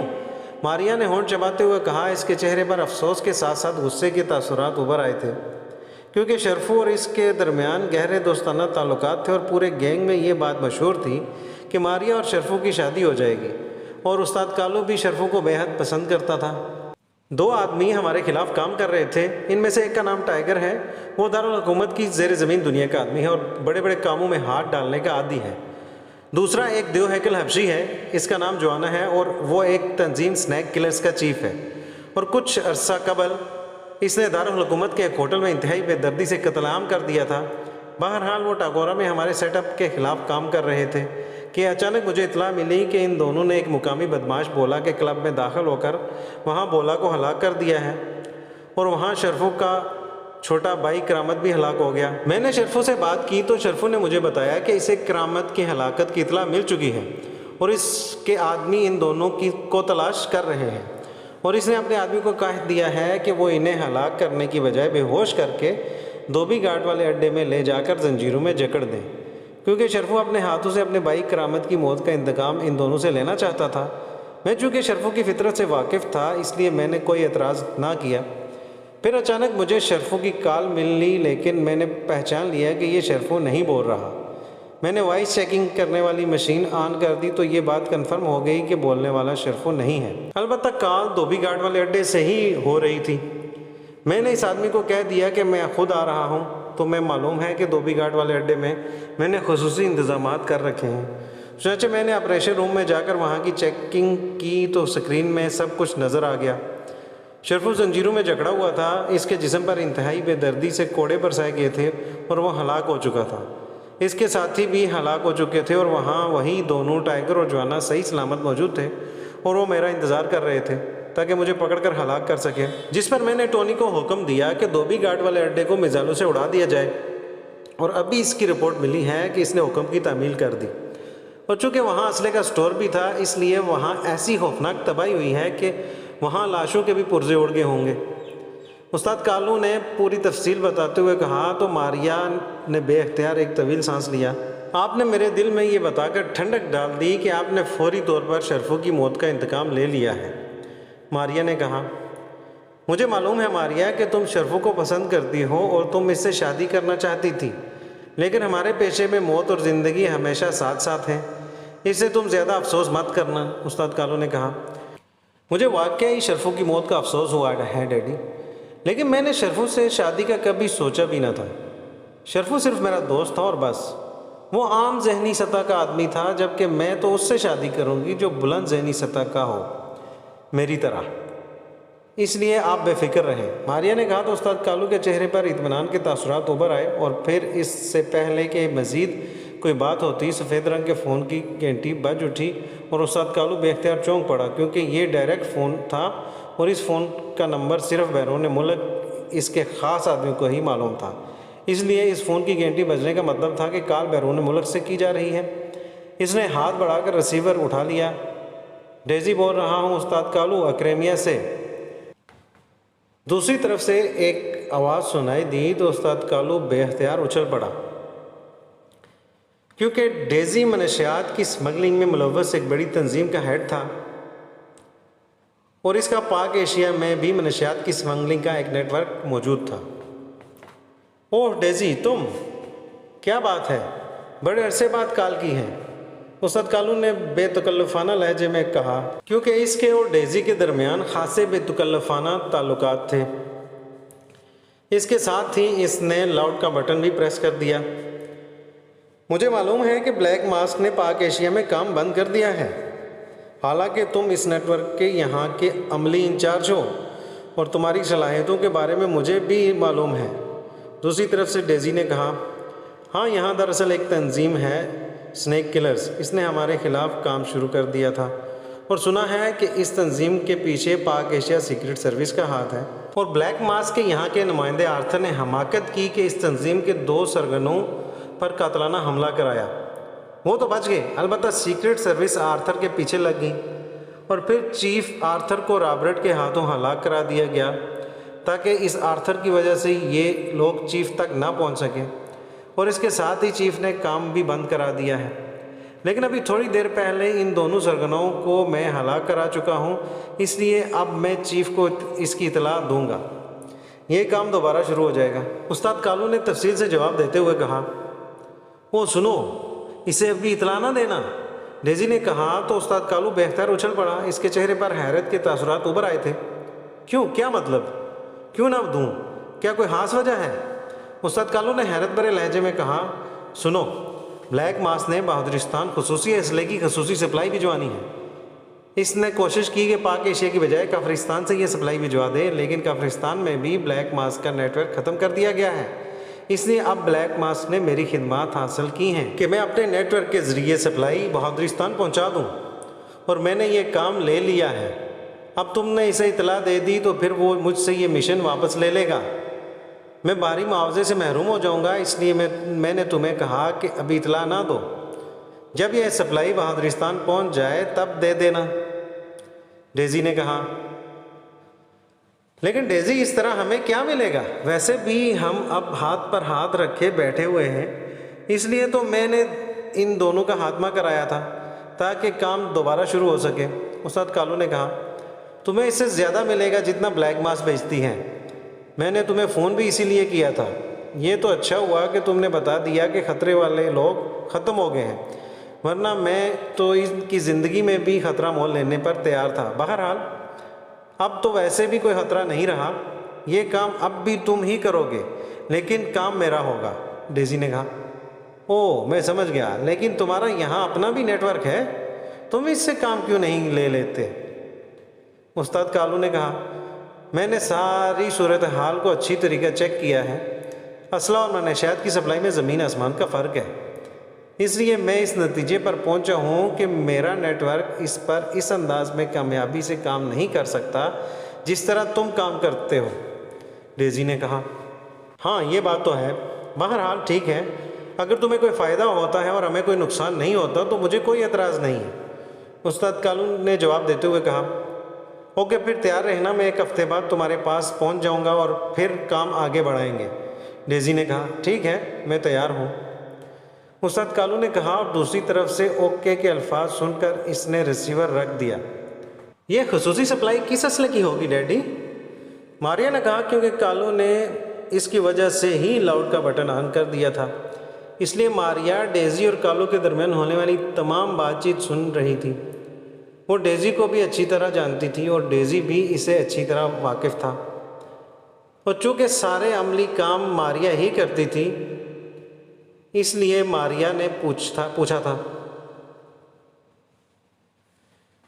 जैसे भी होगी, बहरहाल हमारे लिए कोई मसला नहीं है, कालू ने जवाब दिया। तो मारिया ने इस बात में सर हिला दिया।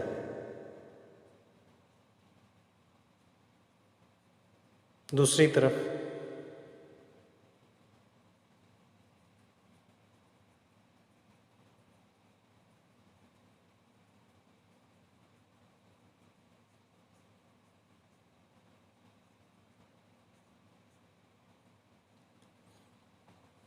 जोसेफ राना हाउस अपने मखसूस कमरे में मौजूद था कि अचानक कमरे में तेज़ सीटी की आवाज़ सुनाई दी। तो जोसेफ बेख्तियार उछल पड़ा। वो उठकर अपने कमरे से निकला और तेज़ी से दौड़ता हुआ राना हाउस के ऑपरेशन रूम की तरफ बढ़ता चला गया। तेज़ सीटी की आवाज़ अभी तक इसके कानों में गूंज रही थी और वो जानता था कि यह आवाज़ स्पेशल काशन की है और स्पेशल काशनर जोआना के पास था। जोसेफ ने उसे ये स्पेशल काशनर इसलिए दिया था कि अगर कभी उसे जोसेफ की मदद की ज़रूरत पड़ जाए और वो इस पोजीशन में हो कि इसे कॉल भी ना कर सकता हो, और वो इस स्पेशल काशनर की रिसीविंग मशीन में मौजूद दारुल हुकूमत के नक्शे की मदद से वो इस पार्ट को भी चेक कर लेगा जहां जोआना मौजूद होगा। यही वजह थी कि सीटी की मखसूस आवाज़ सुनकर वो समझ गया था कि जोआना को इसकी मदद की ज़रूरत पेश आ गई है। ऑपरेशन रूम में दाखिल होकर वो दीवार के साथ खड़ी एक कद आदमी मशीन की तरफ बढ़ा जिससे सुर्ख रंग का एक बल्ब तेज़ी से जल बुझ रहा था। इसने जल्दी से आगे बढ़कर इसके कई बटन प्रेस किए तो जलता बुझता बल्ब बंद हो गया। अलबत्ता मशीन की स्क्रीन पर एक नक्शा उभर आया जिस पर एक जगह सुर्ख रंग का नुक्ता तेज़ी से जल बुझ रहा था। यह नुक्ता इस जगह की निशानदेही कर रहा था जहां जोआना मौजूद था। जोसेफ ने गौर से इस इलाके को देखना शुरू कर दिया। टागोरा का मगरबी हिस्सा धोबी घाट के करीब। जोसेफ ने गौर से स्क्रीन पर मौजूद तफसीली नक्शे को देखते हुए कहा और इसके साथ ही मशीन ऑफ किया और फिर इसने राना हाउस के खुदकार हिफाजती निज़ाम को ऑन कर दिया। चंद लम्हों बाद इसकी कार राना हाउस से निकलकर इंतहाई तेज़ रफ्तारी से टागोरा के इलाके की तरफ बढ़ती चली जा रही थी। इसने सोचा था कि वो इमरान को इतला देकर जाए, लेकिन इसने इसलिए इरादा बदल दिया था कि जोआना बगैर किसी शदीद तरीन खतरे के इसे काशन नहीं दे सकता था और इमरान को इतला देने में बहरहाल वक्त लग सकता है। इसलिए इसने राना हाउस का खुदकार निज़ाम ऑन किया और फिर टागोरा के इलाके की तरफ रवाना हो गया। और फिर तकरीबन निस्फ घंटे की खासी तेज़ रफ्तार ड्राइविंग के बाद वो टागोरा के इलाके में दाखिल हो चुका था। वो चूँकि पहले भी कई बार इस इलाके में आ चुका था, इसलिए इसे मालूम था कि धोबी घाट किस इलाके में वाक़ है। ये धोबी घाट किसी ज़माने में बाकायदा आबाद था क्योंकि यहाँ से एक बड़ी नहर गुजरती थी जिसके पानी से धोबी कपड़े धोते थे, लेकिन फिर नहर बंद हो गई तो इसके साथ ही धोबी घाट भी ख़त्म हो गया, लेकिन इस इलाके का नाम धोबी घाट ही रह गया था। और ये इलाका चूँकि टागोरा के आबाद इलाके से काफ़ी दूर था, इसलिए यहाँ बाकायदा आबादी न थी, अलबत्ता इक्का दुक्का मकानात वगैरह बने हुए थे। स्क्रीन पर इसने इस जगह को ख़ास तौर पर चेक किया था जहाँ नुक्ता जल बुझ रहा था, इसलिए उसे यकीन था कि इस पार्ट पर बगैर किसी से कुछ पूछे पहुँच जाएगा जहाँ जोआना मौजूद है। और फिर थोड़ी देर बाद जब वो इस जगह पहुँचा तो वो बेख्तियार उछल पड़ा क्योंकि वहाँ एक काफ़ी बड़े मकान का मलबा मौजूद था और ये मलबा काफ़ी वसी इलाके पर फैला हुआ था। इसमें से अभी तक धुआं निकल रहा था। जोसेफ ने बिजली किसी तेज़ी से इस मलबे के करीब कार रोकी और फिर नीचे उतरकर वो तकरीबन दौड़ता हुआ इस मलबे की तरफ बढ़ गया। इसकी छठी इसने इसे बता दिया था कि जोआना यकीनन इस मलबे के नीचे दब चुका है, लेकिन कहाँ है ये बात इसकी समझ में नहीं आ रही थी। वो इधर उधर मलबे को हाथों से हटाकर चेक कर रहा था कि अचानक एक जगह से इसे एक आदमी की लात दिखाई दी। इसने तेज़ी से वहाँ से मलबा हटाना शुरू कर दिया और दूसरे ही लम्हे वो ये देखकर बेख्तियार उछल पड़ा कि ये टाइगर था जो मलबे में दबा हुआ था। इसने टाइगर को बाहर निकाला और फिर इसकी नाक और मुंह में भरी हुई मिट्टी को उंगली की मदद से निकाला तो टाइगर की सांस बहाल होना शुरू हो गया। इसने जल्दी से इसके सीने पर मखसूस अंदाज में मालिश शुरू कर दी और चंद लम्हों बाद जब टाइगर की सांस टाइगर का सांस बहाल हो गया तो वो तेज़ी से उठा और इसने इधर उधर मलबा हटाना शुरू कर दिया, क्योंकि टाइगर की यहाँ मौजूदगी का मतलब था कि जोआना भी यहाँ कहीं करीब ही मौजूद होगा। इस जगह जहाँ टाइगर दबा हुआ था मलबा काफ़ी कम था, जबकि इससे कुछ फासले पर मलबे का एक ऊंचा ढेर था। और फिर थोड़ी सी कोशिश के बाद इसने जोआना को ढूंढ निकाला। वो टाइगर से कुछ फासले पर एक सतून के नीचे दबा हुआ था और इसके जिस्म पर मलबे का ढेर मौजूद था। इसने जोआना की नाक और मुंह से भी मिट्टी निकाली और फिर इसने जोआना के सीने की भी मखसूस अंदाज में मालिश शुरू कर दी और चंद लम्हों बाद जोआना का तकरीबन डूबा हुआ दिल फिर पूरी रफ्तार से चलने लगा और इसका सांस भी नॉर्मल हो गया। तो इसने इसे उठाया और दौड़कर इसने अपनी कार का उकबी दरवाज़ा खोला और बारी बरकम जोआना को मुश्किल से एक लिहाज से घसीट कर इसने दोनों सीटों के दरमियान ठोंस दिया। फिर वापस मुड़ा और टाइगर को उठाकर उकबी सीट के ऊपर लिटा दिया और फिर दरवाज़ा बंद करके वो कार की ड्राइविंग सीट पर बैठा और दूसरे लम्हे एक झटके से इसने कार वापस मोड़ ली। इसका चेहरा सुस्ता हुआ था, क्योंकि टाइगर और जोआना दोनों की हालत सांस नॉर्मल होने के बावजूद खतरे से बाहर ना हुई थी और अब वो दिल ही दिल में दुआ कर रहा था कि दोनों जिंदा स्पेशल अस्पताल तक पहुंच जाएं और बगैर किसी रुकावट के वो स्पेशल अस्पताल पहुंच गया। और ये इत्तेफाक था कि जब इसने कार जाकर अस्पताल के मेन गेट पर रोकी तो इसी लम्हे डॉक्टर सिद्दीकी भी कहीं जाने के लिए बाहर आ रहे थे। वो जोसेफ को अच्छी तरह जानते थे, इसलिए जोसेफ को कार से निकलते देखकर वो बेख्तियार ठिठक कर रह गए। डॉक्टर साहब, जोआना और टाइगर शदीद जख्मी हैं। जोसेफ ने डॉक्टर सिद्दीकी को देखते हुए चीख कर कहा। ओह कहाँ हैं ये दोनों? डॉक्टर सिद्दीकी ने तेज़ लहजे में कहा। कार की ऊपरी सीट पर, जोसेफ ने कहा। तो डॉक्टर ने फ़ौरन ही अपने स्टाफ को हदायत देनी शुरू कर दी और फिर इन दोनों को कार से निकालकर स्ट्रेचरों पर डालकर ऑपरेशन रूम की तरफ ले गए और डॉक्टर सिद्दीकी भी अपने स्टाफ के साथ इनके पीछे चले गए, जबकि जोसेफ ऑपरेशन रूम के बाहर बरामदे में मौजूद बेंच पर बैठ गया। लेकिन इसके चेहरे पर अब इत्मीनान के तासुरात थे, क्योंकि इसे यकीन था कि अब ये दोनों बच जाएंगे। और फिर तकरीबन 1 घंटे बाद डॉक्टर सिद्दीकी बाहर आ गए तो जोसेफ उठ खड़ा हुआ। क्या हुआ डॉक्टर साहब? जोसेफ ने कहा। अल्लाह ताला का शुक्र है दोनों की हालत ख़तरे से बाहर है। वैसे अगर इन्हें यहाँ आने में मज़ीद कुछ देर हो जाती तो मामला इंतहाई सीरियस भी हो सकता था, डॉक्टर सिद्दीकी ने कहा। ओह, आपका शुक्रिया डॉक्टर साहब। क्या मैं इनसे मिल सकता हूँ? जोसेफ ने कहा। अभी नहीं, कम अज़ कम 1 घंटे बाद, डॉक्टर सिद्दीकी ने कहा। ठीक है, मैं 1 घंटा आपके ऑफिस में बैठकर गुजार लेता हूँ। आप शायद कहीं जा रहे थे, जोसेफ ने कहा। हाँ, लेकिन अब नहीं, डॉक्टर सिद्दीकी ने हिचकिचाते हुए कहा। आप मेरी वजह से मत रुके डॉक्टर साहब, अब मुझे इत्मीनान हो गया है, इसलिए अब इत्मीनान से 1 घंटा गुजार लूँगा। जोसेफ ने इनकी हिचकिचाहट को समझते हुए कहा। लेकिन ये दोनों ज़ख्मी कैसे हुए हैं? ये तो अल्लाह का शुक्र है कि इनके जिस्मों में फ्रैक्चर नहीं, लेकिन इनके पूरे जिस्म इस तरह ज़ख्मी हैं जैसे इन्हें पत्थर मारे गए हों, डॉक्टर सिद्दीकी ने कहा। ये एक मकान में मौजूद थे कि इस मकान को बमों से उड़ा दिया गया और ये मलबे में दब गए। वैसे ही असल इमारत से बाहर थे, वरना शायद ये किसी सूरत भी ना बच सकते। जोसेफ ने अंदाज़ा लगाकर जवाब देते हुए कहा। अल्लाह ताला का करम हो गया है। क्या चीफ साहब को इतला दे दी गई है?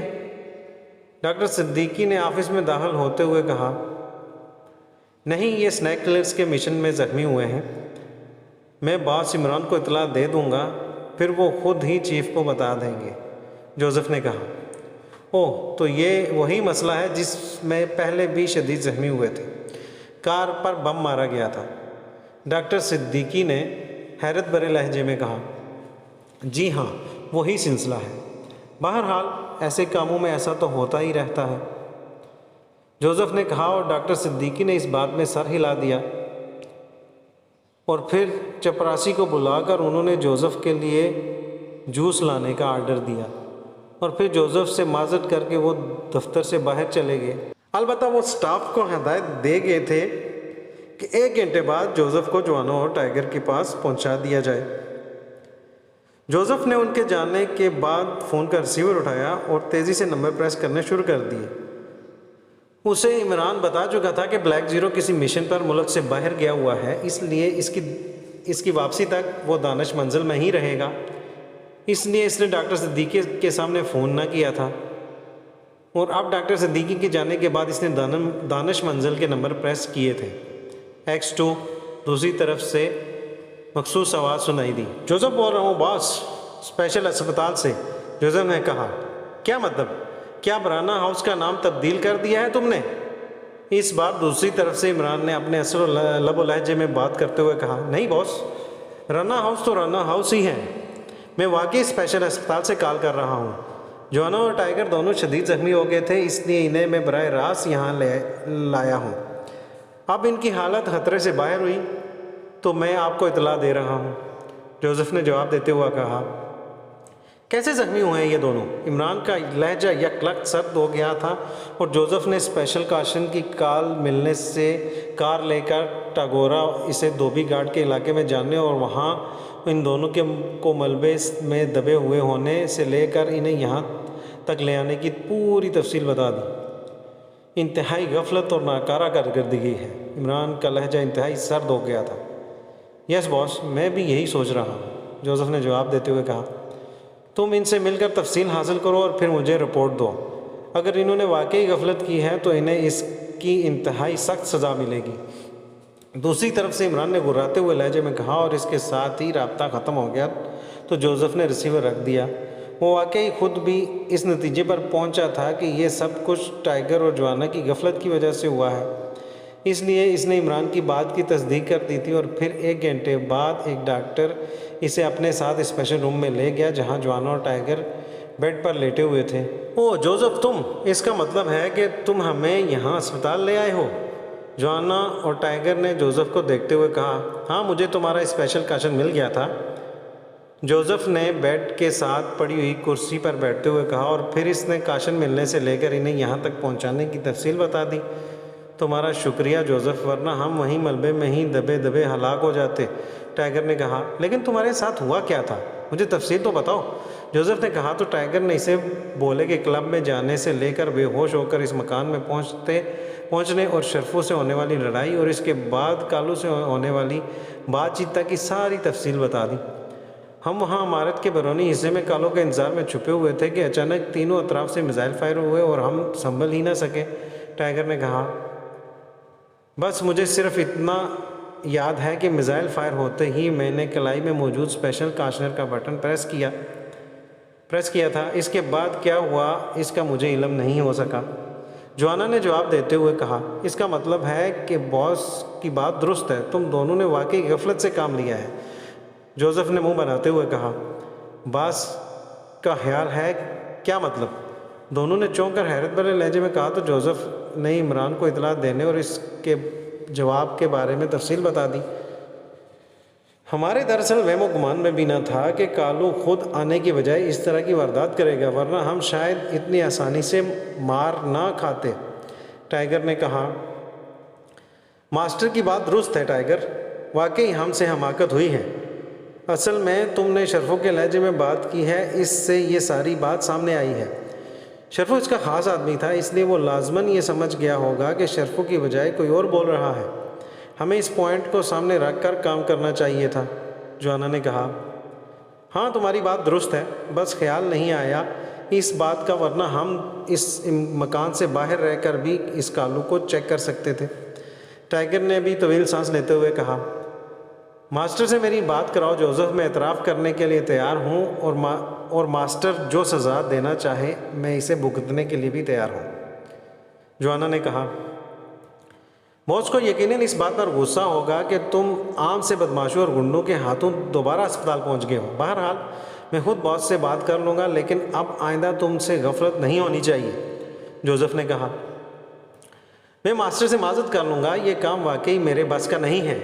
जोआना ने कहा तो जोसेफ बेख्तियार चौंक पड़ा। इसका मतलब है कि तुम वाकई मरना चाहते हो?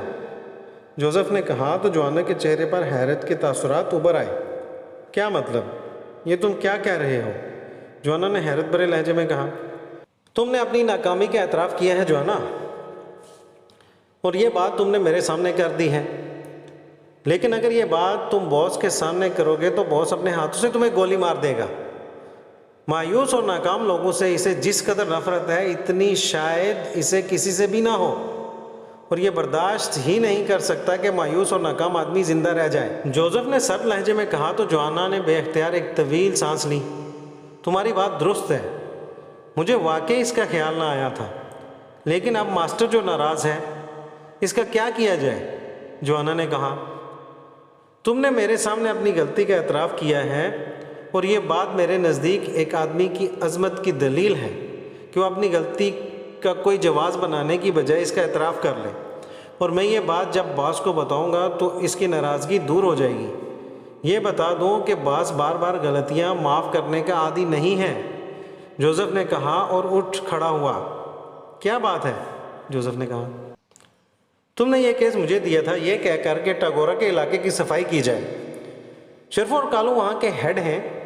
इनमें से शरफू तो मारा जा चुका है जबकि कालू बाकी रह गए हैं। अगर मैं इस कालू को ट्रेस करके इसका खात्मा कर दूं तो क्या ये इलाका साफ हो जाएगा, या मुझे वहाँ के हर क्लब और हर होटल और हर अड्डे में घुसकर गुंडों और बदमाशों का खात्मा करना पड़ेगा? जोआना ने कहा तो जोसेफ बेख्तियार मुस्कुरा दिया। टागोरा में गंदगी फैलाने वालों का सरगना उस्ताद कालू है और टागोरा में जितने भी अड्डे हैं और जितने भी लोग हैं वो सब उस्ताद कालू की सरपरस्ती में काम करते हैं। और हो सकता है कि ये उस्ताद कालू मनशियात और असले की स्मगलिंग के किसी नेटवर्क का भी सरगना हो। इसलिए तुमने कालू को इस वक्त ख़त्म करना है जब इससे इस बारे में मुकम्मल मालूमात हासिल कर लो। कालू के खात्मे के बाद बॉस ये मालूमात चीफ तक पहुंचा देगा और चीफ पुलिस के आला हुकाम को हुक्म दे देगा कि इन अड्डों को ख़त्म किया जाए और अड्डे ख़त्म हो जाएंगे। इस तरह टागोरा साफ़ हो जाएगा और वहाँ के शरीफ लोग इत्मीनान का सांस लेंगे। जोसेफ ने कहा, ठीक है, अब मैं समझ गया हूँ, अब मैं अकेला भी ये काम कर लूँगा। जोआना ने कहा, नहीं, जो कुछ तुमने बताया है इससे ज़ाहिर होता है कि कालू सामने नहीं आता बल्कि खुफिया रहता है, इसलिए तुम्हारी निस्बत टाइगर इससे ज़्यादा आसानी से तलाश कर सकता है। जब ये तलाश कर ले तो फिर तुमने इसको पकड़ना है, जोसेफ ने बाकायदा हदायत देते हुए कहा और जोआना ने इस बात में सर हिला दिया।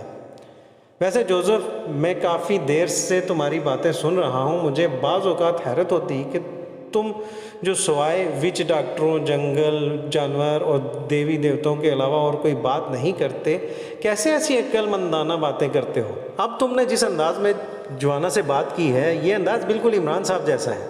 टाइगर ने कहा तो जोसेफ बेख्तियार मुस्कुरा दिया। मैं तो बास का ग़ुलाम हूँ और आकाओं का असर बहरहाल ग़ुलामों में आ ही जाता है, जोसेफ ने कहा और उठ खड़ा हो गया। मैं खुद बाज़ औक़ात इसकी बातें सुनकर पागल हो जाता हूँ और मुझे यूँ लगता है जैसे ये कोई और जोसेफ हो। इसकी तो टोन ही बदल जाती है। जोआना ने कहा, मुझे विच डॉक्टर शाशान ने एक बार बताया था कि कौवा अगर अक्काब के साथ परवरिश पाए तो इस कौवे में भी अक्काबों जैसी खसूसियात पैदा हो जाती हैं, और मैं वही कौवा हूँ जो बॉस जैसे अक्काब के साथ रहता हूँ, जोसेफ ने कहा और इसके साथ ही वो तेज़ी से मुड़कर कमरे से बाहर आ गया। नाज़रीन, आज इस किस्त का इख्तिताम करते हैं, अगली किस्त में फिर दोबारा मुलाकात होगी। तो आपसे गुजारिश है कि हमारी इस वीडियो को लाइक करने के साथ साथ हमारे इस कोडली सीरीज़ यूट्यूब चैनल को सब्सक्राइब भी कर लीजिए और दुआ में याद रखिएगा। अस्सलामु अलैकुम वरहमतुल्लाहि वबरकातुहू।